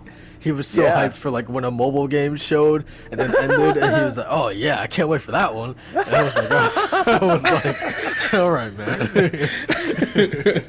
Yeah, I know. Every time it ended off with like another mobile game or like the actual first CG trailer of Captain America and Black Panther game, he's like, "Oh yeah, I'm pumped for that." I'm like, I didn't learn anything about that other than there was a Captain America and like a time versus World War II sort of story. Like I don't know anything about it. I don't know what the actual gameplay is. I don't know if it's a single player game. I don't know if it's multiplayer. It leaves me more questions than answers, and that just frustrates me to no end. But it felt like that for the entire showcase, especially when they brought in Avatar, and I'm like, all right, cool. Let me see like another gameplay snippet of Avatar. You know, not Way of the Water. Whatever it's called. I forgot what it's called. Who gives a shit now? It's not coming out for like 20 years now. But the point is we didn't learn anything about it. And it was just a brief overview of the game. I'm just like, come on, dude. Where's his gameplay? Ubisoft was like really in deep shit with this one. And the best, honestly, for me, the best trailer of the entire showcase was the Disney Dreamlight Valley. That was the only one I actually got really excited for. And that's saying a lot. Yeah. That's saying a lot. And it's already. Here's the thing, the one announcement that the announcement itself was mid, but just the way that they were setting it up with the villains and like the 4 villains showing up and like working together to fight this common enemy, I was like, yo, imagine. I immediately knew what it was. That's a mobile. That's a mobile game. It's Mirrorverse. Yeah. It's Mirrorverse. But I saw a lot of people that didn't know about Mirrorverse because it was not heavily marketed. Oh, I played it, and it was I played it for 5 minutes and I dropped it. Same. I played Dislight if you want to play something hero based. Yeah. But I saw the trailer. And I'm like, wow, like can you imagine Ursula and having Hades team up and fighting? It's like Kingdom Hearts all over again. But Psych. It's Mirrorverse, which is the middest game you will ever play. I mean, shouts to the designs. Like they do try. Like on, they go hard. Yeah, they go hard. Like they have this armor. You have Rapunzel is one of the best looking ones with her. She uses her hair as like a form of armor, and she has it like wrapped around. It's pretty sick. But no, Blessing brought the energy. I was excited with him, not for the cause, but with him. I was like, yeah, man, yeah, you do you. You're killing it. But every announcement, I had a bigger blast with with D23 actual proper announcements than I did with the Marvel Disney Showcase. But for this, I didn't really have anything that stood out. Did you, Macho? Aside from the Dreamlight thing, was there anything that you were like, oh, I'll look forward to that?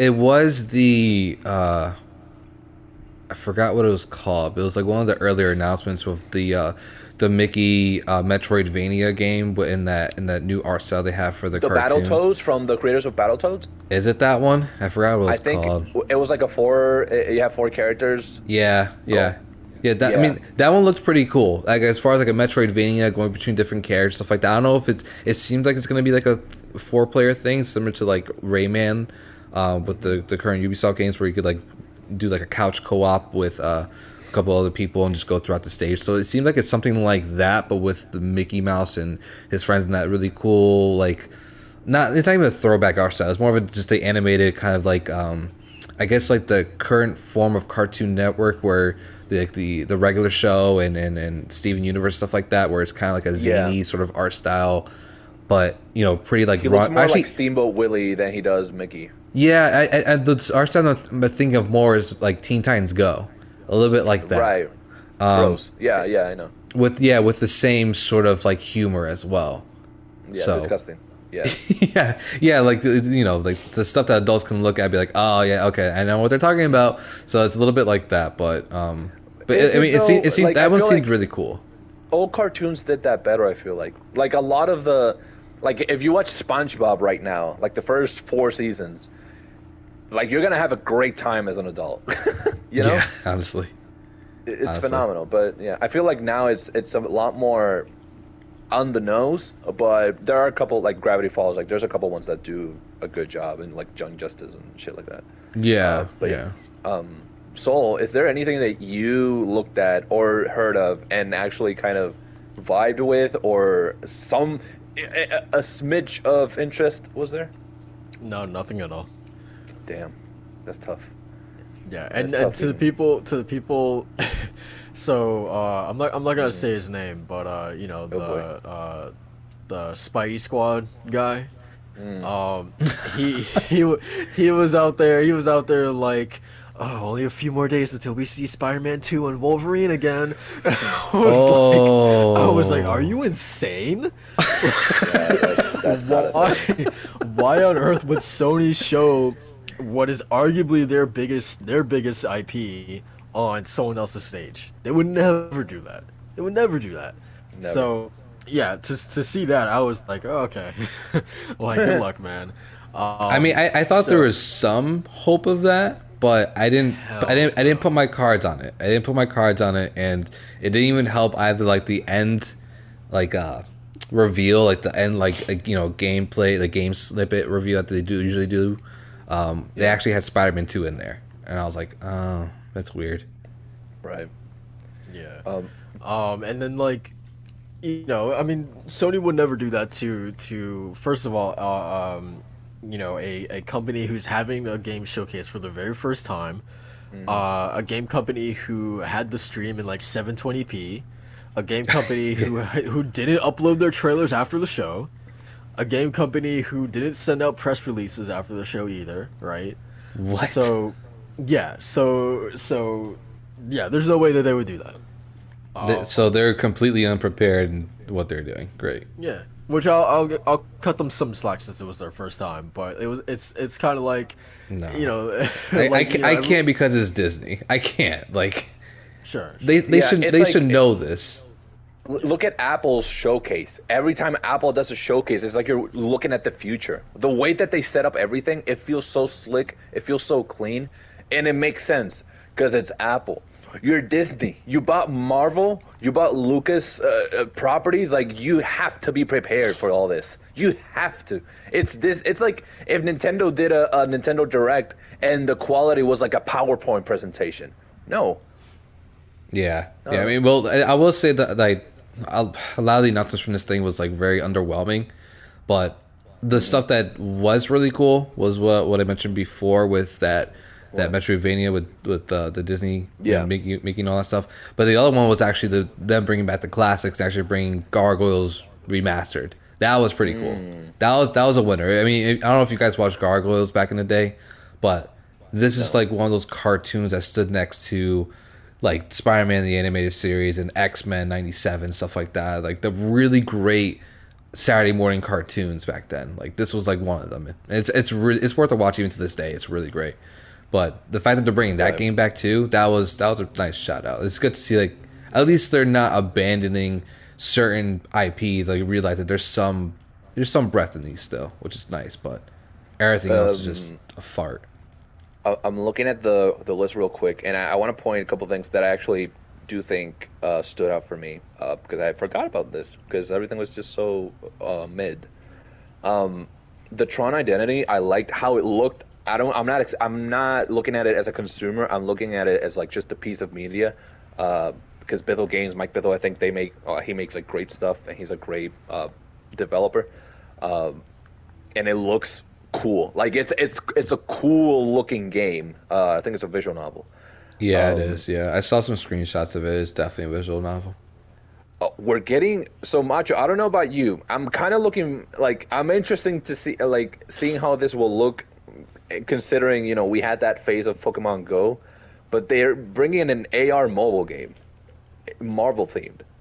Um, Niantic is Jesus, working on it. that was their closer too, man. Yep. Yeah, Marvel God. World of Heroes. Which this is not a closer. This is not something you put at the end. But I think if you would have placed it a bit better, it could have garnered a bit more excitement. Because who doesn't like Marvel these days? So many people like Marvel. Um, and we actually got a December release date for Midnight Suns. I think it moved Which is up too because it's supposed to come out 2023, right? it says now be available December 2nd. Okay. Well, now it's Yeah. contending with Callisto Protocol. Let's see how that goes. Callisto, interesting. Yeah, and this is the XCOM, which I love XCOM. I don't. Have we gotten gameplay on Midnight Suns yet, or not? A bunch. A bunch. Okay. Yeah. It's the type of game where until it's released, I don't know how it'll run because it could be curated for the sake of showcasing. So I'm waiting for that. They touched on Monkey Island. A lot of people are excited for that. Uh, I'm trying to look for the name of the Mickey game. But yeah, continue, y'all, while I look for this. Yeah. I don't know why they ended off on on that game. That was It was that. such. Go ahead. No, go for it. Go for it. No, it was just like a nothing trailer, man. Because like again, it's one of those things where they show live action people instead of like the actual gameplay, you know. Hmm. So like, I don't know because like I feel like that trailer just doesn't give you any idea of like how the game is actually going to be in your hands, right? Like that trailer told me nothing about how the game is actually going to play like. Yeah. It felt like more of a weird launch trailer. Yeah, I don't know, man.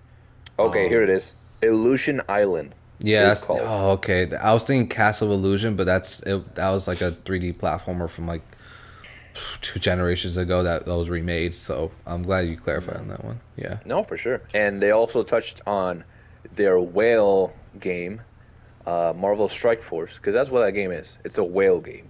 You only have whales in that game, Nah. What about Marvel Snap? bro. Hey, don't mess with Marvel Snap. Dude, Hey, I cringe every time we get like some of these mobile car games, and Yeah. the narrator is just going ham. I'm like, oh yeah, I want to see Hawkeye kick Thanos' purple butt. I'm just like, shut up! Like, you're talking about car games, dog. Like, we're not in like the Yu-Gi-Oh era anymore, where we're. Dude, come on, man. We deserve better than this. This is weird. Stop doing it. and Skywalker Saga Galactic Edition. So we're getting more characters for the Lego Star Wars games, which that's cool. That game did phenomenally and still doing well. It's cool that it did stuff for that. Yeah, Mirrorverse. Oh, guys, we're getting a Disney kart game. Oh yeah. A racing game, buddy. Oh man, Man, That they're just dipping their toes in everything. Right now. But again, this is my point exactly. I look at this game, and I know that Nintendo has a formula that they've been perfecting for years with Mario Kart, and there's no better kart game than Mario Kart 8 Deluxe.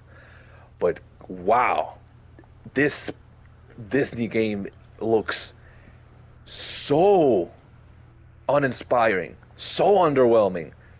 It's literally just Disney characters in racing suits.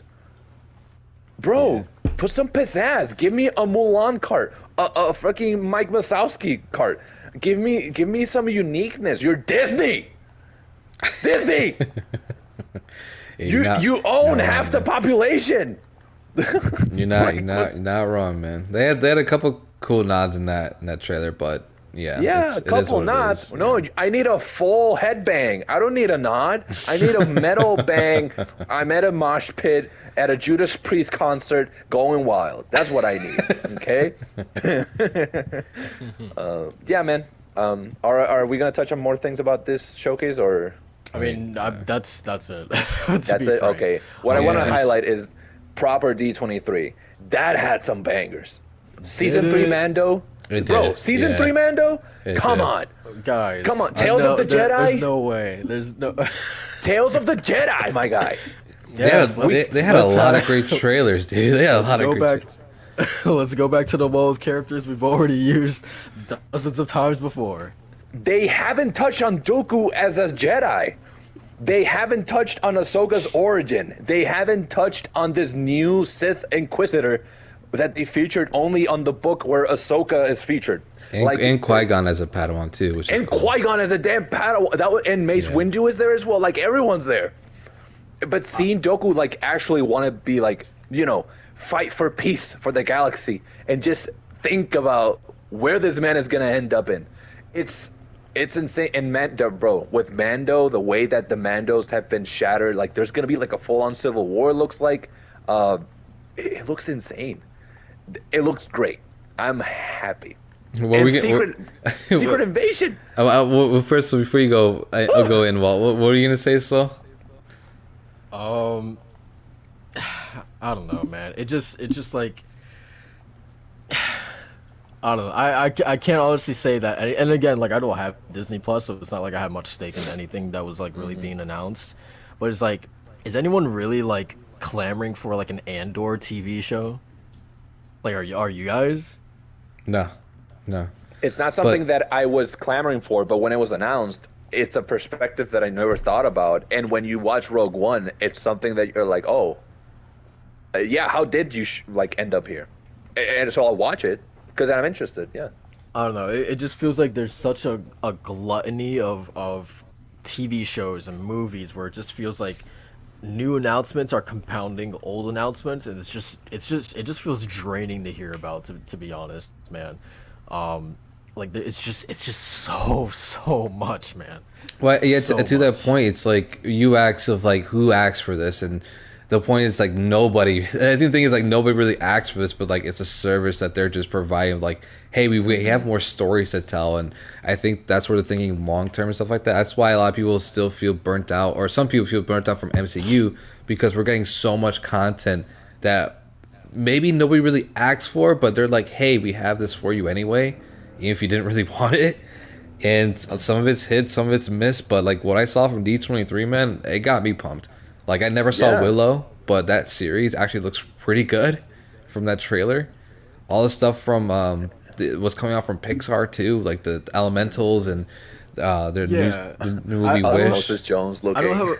I don't have a problem with their animated stuff, Pixar and those movies, because those are usually really top tier quality. But I don't know, with especially with the Marvel TV shows and the Star Wars stuff as well, with the Bad Batch, for instance, or do people honestly after Falcon and Winter Soldier came out, did people remember that show? It was a good show. It was a good show. Yeah, that's why Thunderbolts is happening. It has Hawkeye. Do people remember the Hawkeye show? Yes. It set up freaking Wilson Fisk. It set up freaking Kate Bishop. It had Echo in it. There's stuff in it. that does come later on. So what I think is that right now, Marvel and Disney are at this point where they are doing a lot, but this is for a payoff. This is the setup. Because just like they announced the roadmap for their Marvel movies, you look at Quantumania, you look at Black Panther Wakanda Forever, you look at Kang Dynasty, you know, you look Secret Wars, and you start realizing, oh wait, all of these, phase 4 is a setup phase. That's why it feels so underwhelming, because we don't really, there's no payoff. It's just filler. It feels like filler because there's no point to it, but there will be, and it'll just amplify the importance of everything. And in turn, they're gonna be like, oh, I need to watch Falcon and Winter Soldier for this. I'm gonna revisit that. I need to watch Loki for this. I'm gonna revisit that, and it'll just keep people. Right now, Disney Plus is more successful than Netflix.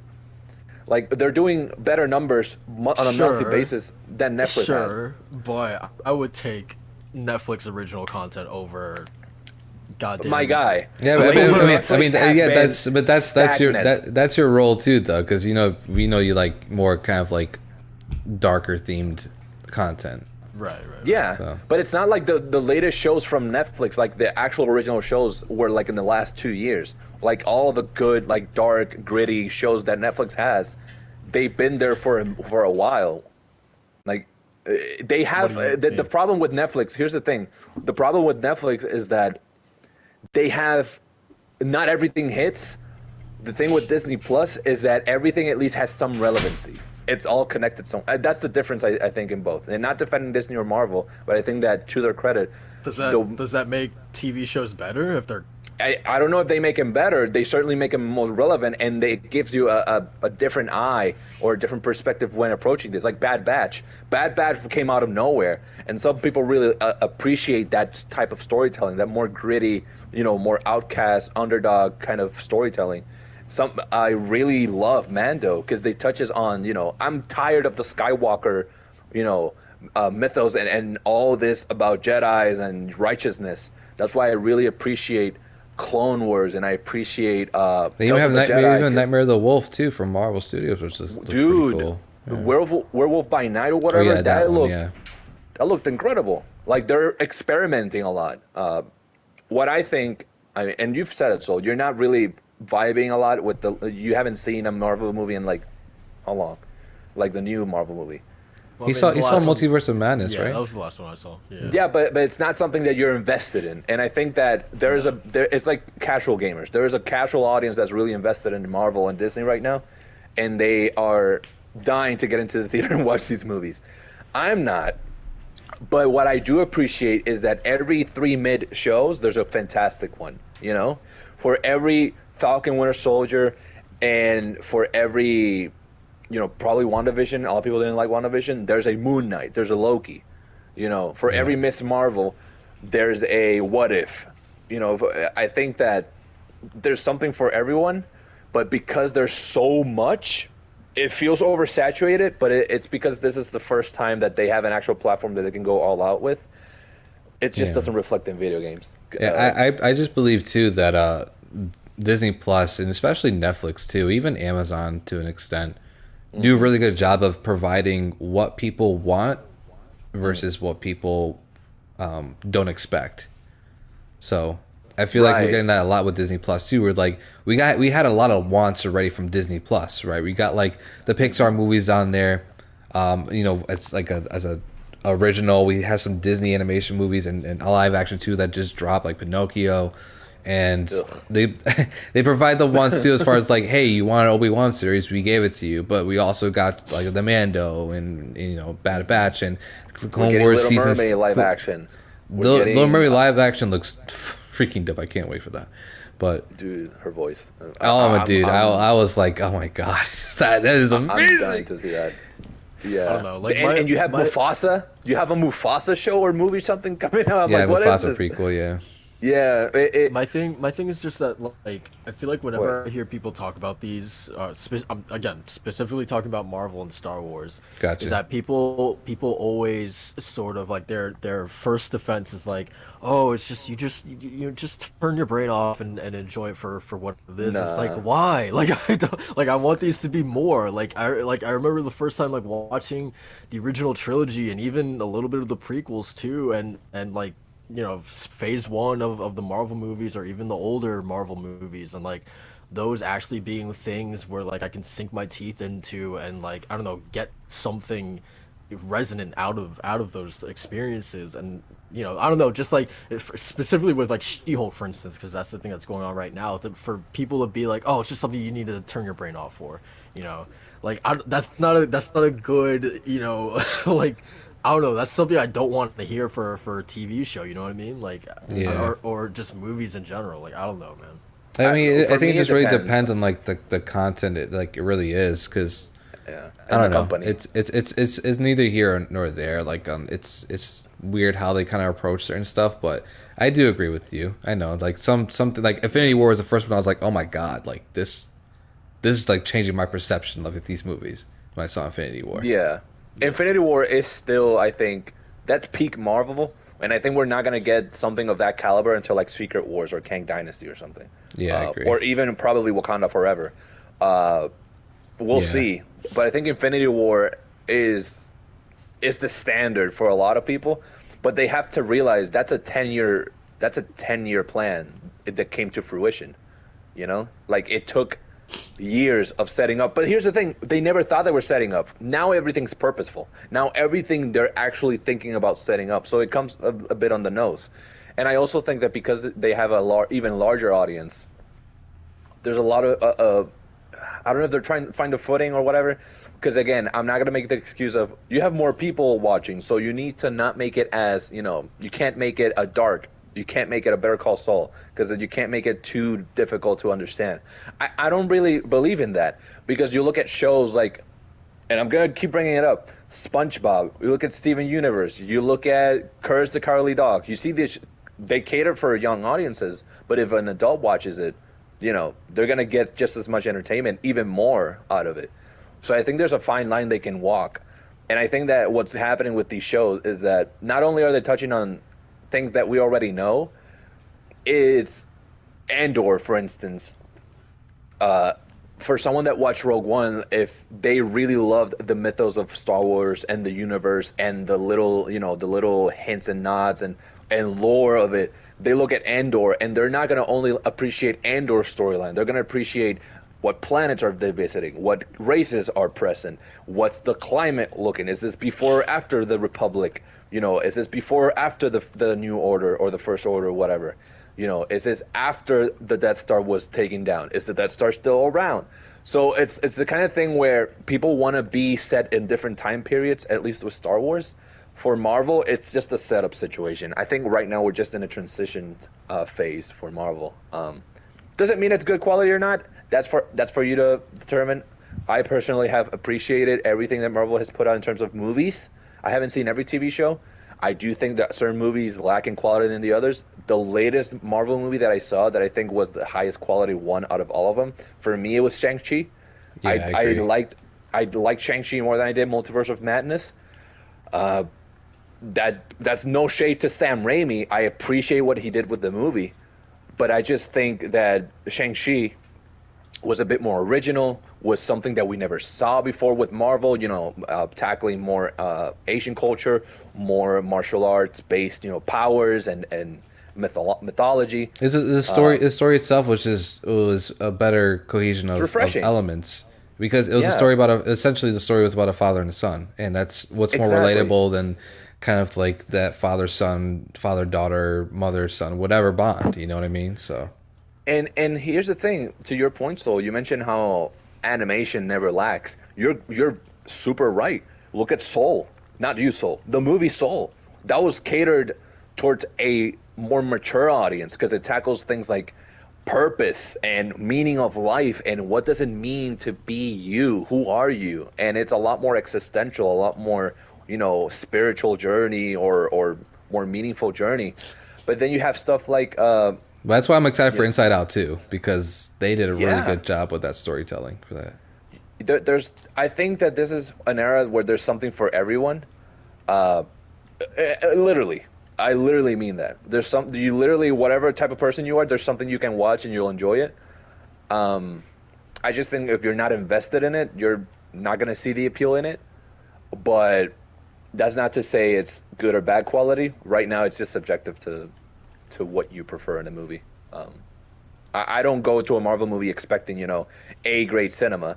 Uh, that's not to say That's that. sad though, right? Yeah, but the thing is, it's not A grade cinema. If it's B grade cinema, I don't find these movies to be just pure nonsense. I do think that there's some good lessons in them. Shang-Chi. There's these talks about family and relationship with your father and these expectations set upon you and what it means to rise up to the challenge. Multiverse of Madness, what it means to deal with loss and what it means to deal with there's purpose in them. It's just that the execution is not. You're not watching a Parasite. You're not watching a Apocalypse Now. You're not watching a Goodfellas.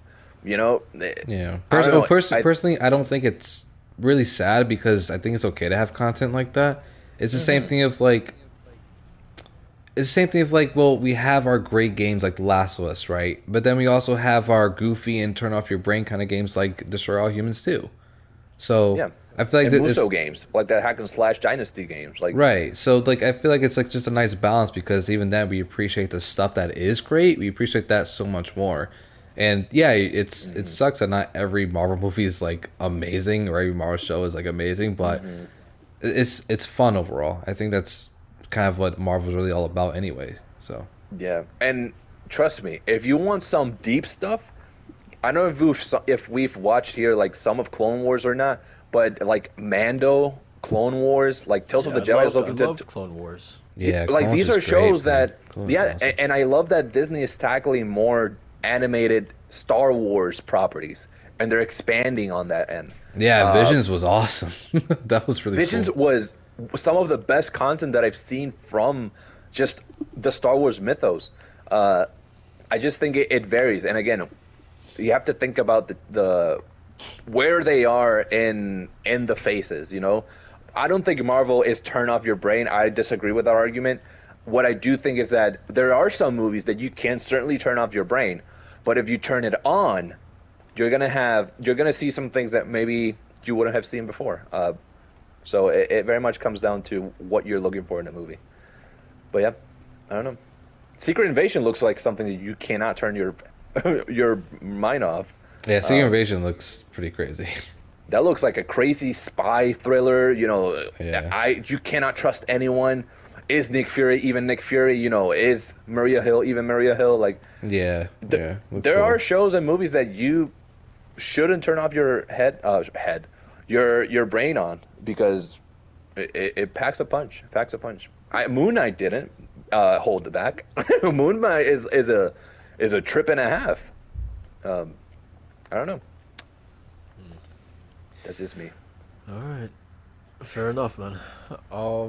So I guess the last thing that we can talk about is Cyberpunk had a little Night City wire talking about essentially just the near future for the game. So they showed off the Edge Runners. They have like a little update for Edge Runners in the actual game. I don't know, Walt, have you seen the trailer for the anime?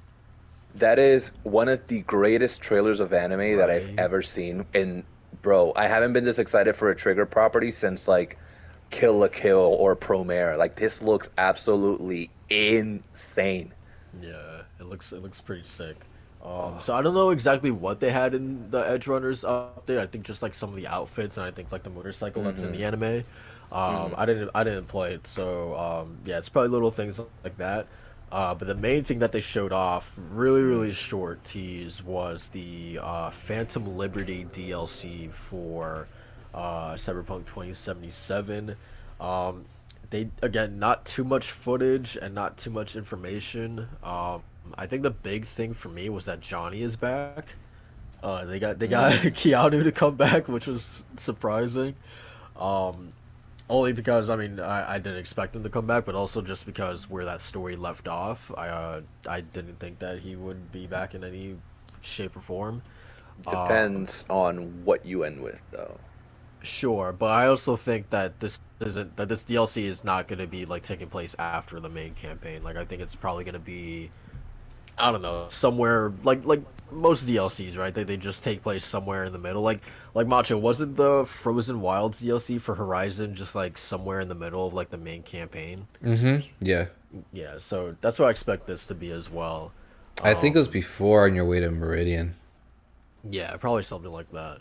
Um, but yeah, and then I guess just the other big thing we got was that this DLC is being described as a spy thriller. Hmm. So that sounds really really cool.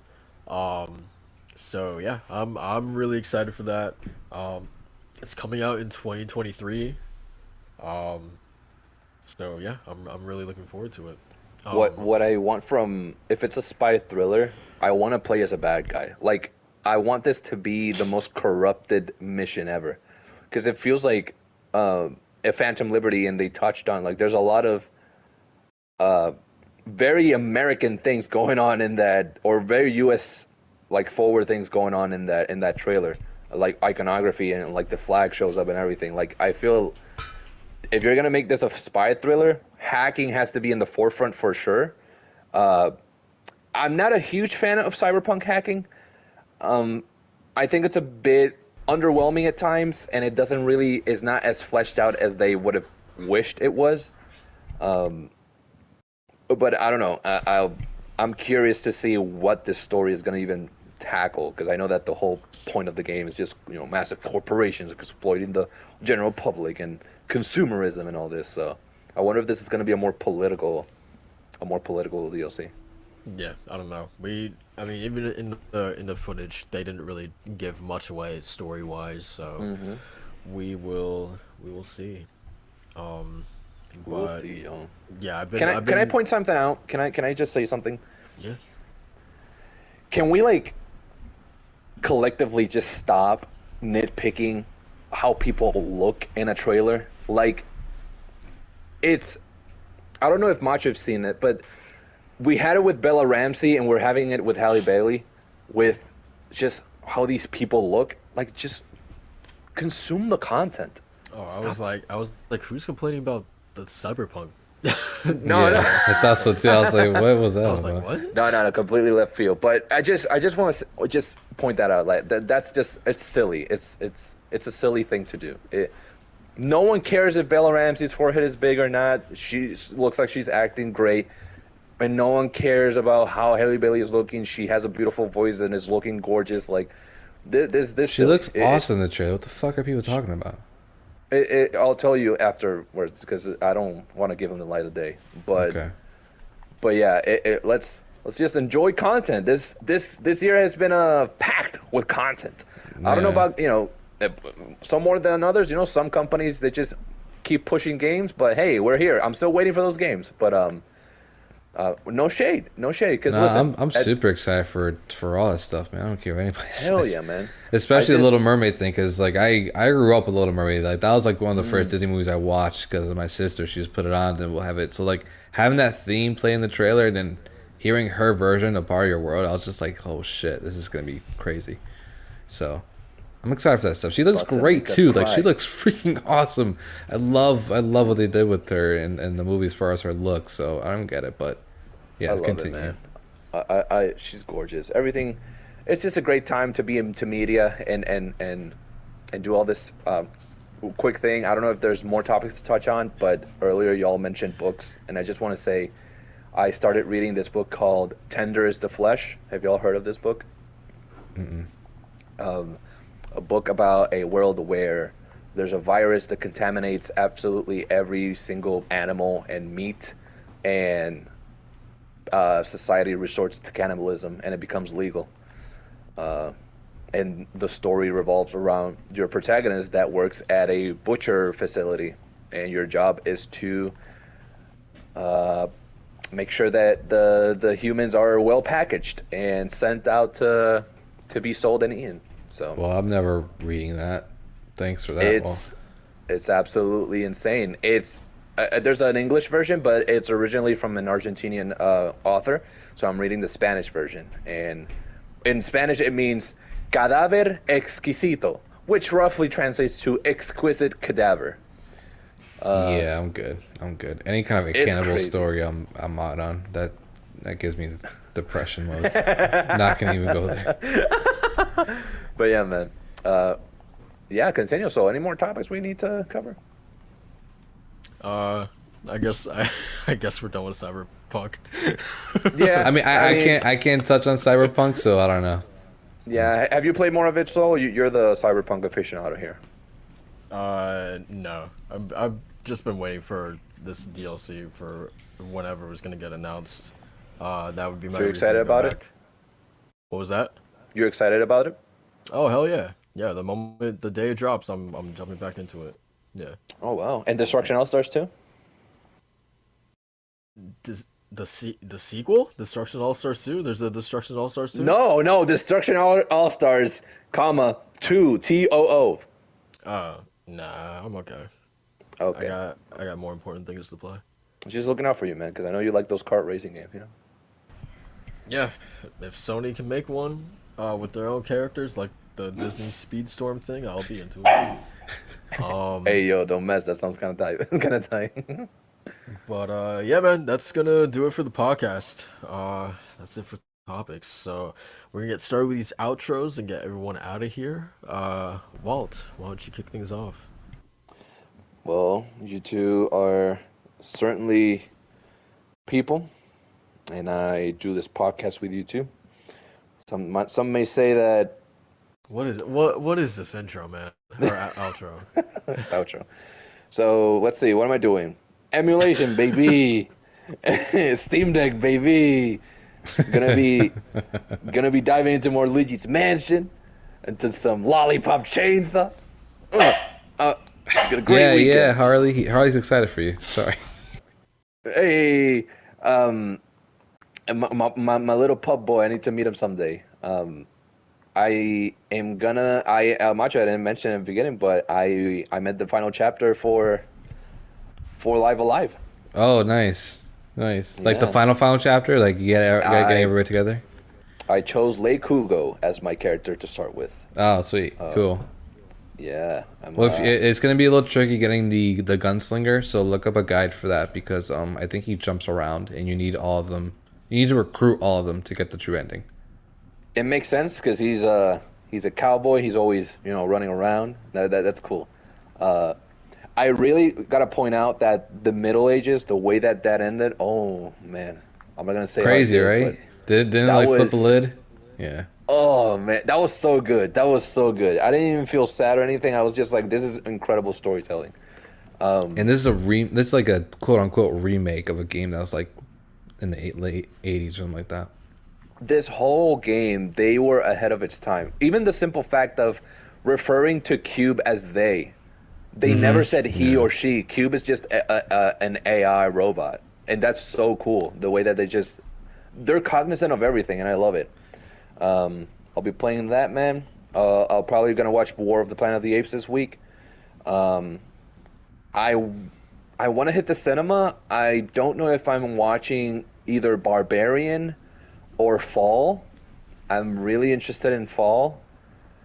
It looks absolutely terrifying, and I'm so into it. But yeah, man, not much happening. Gonna be. I picked up the hobby / potential future job of video editing, so I'm practicing that. I'll be doing that all week. I'm having a blast. Just like Macho, you mentioned you were doing animation. I'm like, my recommended feed is nothing but video editing tips and tutorials. So Nice. it's a blast. The hardest part is getting started. So Yeah, man, I'm in. DaVinci Resolve is a great starting point. But yeah, what about you, Macho? What do you got going on? Really quick, Macho. Did you pick up Last of Us Part 1? no. No? Okay. Did No, you? continue. So No, not yet. okay. I will eventually, but after Skele's review and a couple of videos, and even Babbitt saying too in his podcast that it's a if you love Last of Us, it's great, but it's like maybe it's priced a little too high. And I was like, okay, I'll just wait. Plus, I have other games to play too. Right now, I love my rotation here of Disney Dreamlight Valley, Final Fantasy 14 Multiverses, and Xenoblade Chronicles 3. And honestly, that might last me. I mean, I plan on getting Valkyria Elysium and maybe Battlefield Chronicles, and like the games are coming out. But honestly, November is looking so beastly with all the games. I might just really just rest on my laurels here and play my rotation of games until November, where God of War and all that stuff comes out. But overall, for the weekend, I mean, I plan on watching the Rings of Power, the Lord of the Rings Prime TV show soon. Haven't started it yet because of the new puppy, and kind of just want to just dabble into some more games than anything. But I plan on watching that this week, and I actually finished Cobra Kai season 5, and another fantastic season.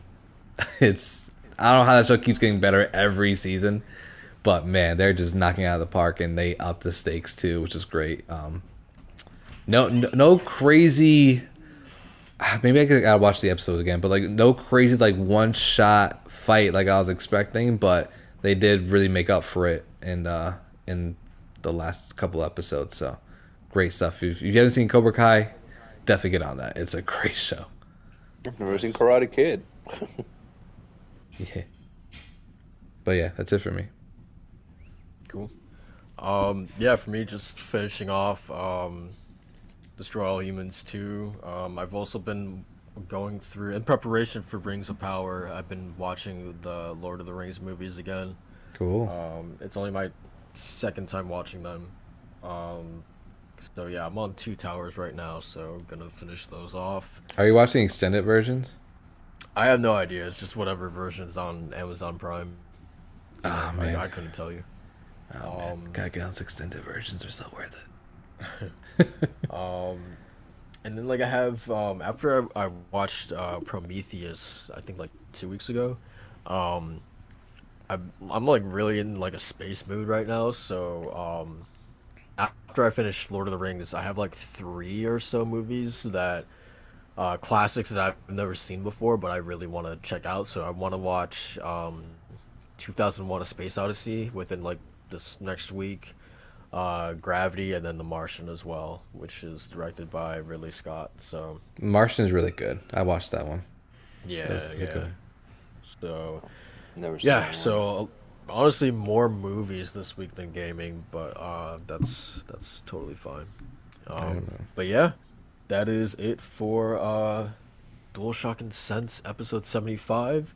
Thank you to everyone who showed up, whether you guys watched live or came through after the fact. We always appreciate that. Especially Press Uh, Alpha. He's been with us the entire stream, so shout out to you, man. Thank you for Appreciate you. tuning in. And yes, I am excited for the graphics update for 14. Yes. so yeah, if you guys would do so, go ahead and like and subscribe to the channel for more content, and we will see you guys next week for another episode.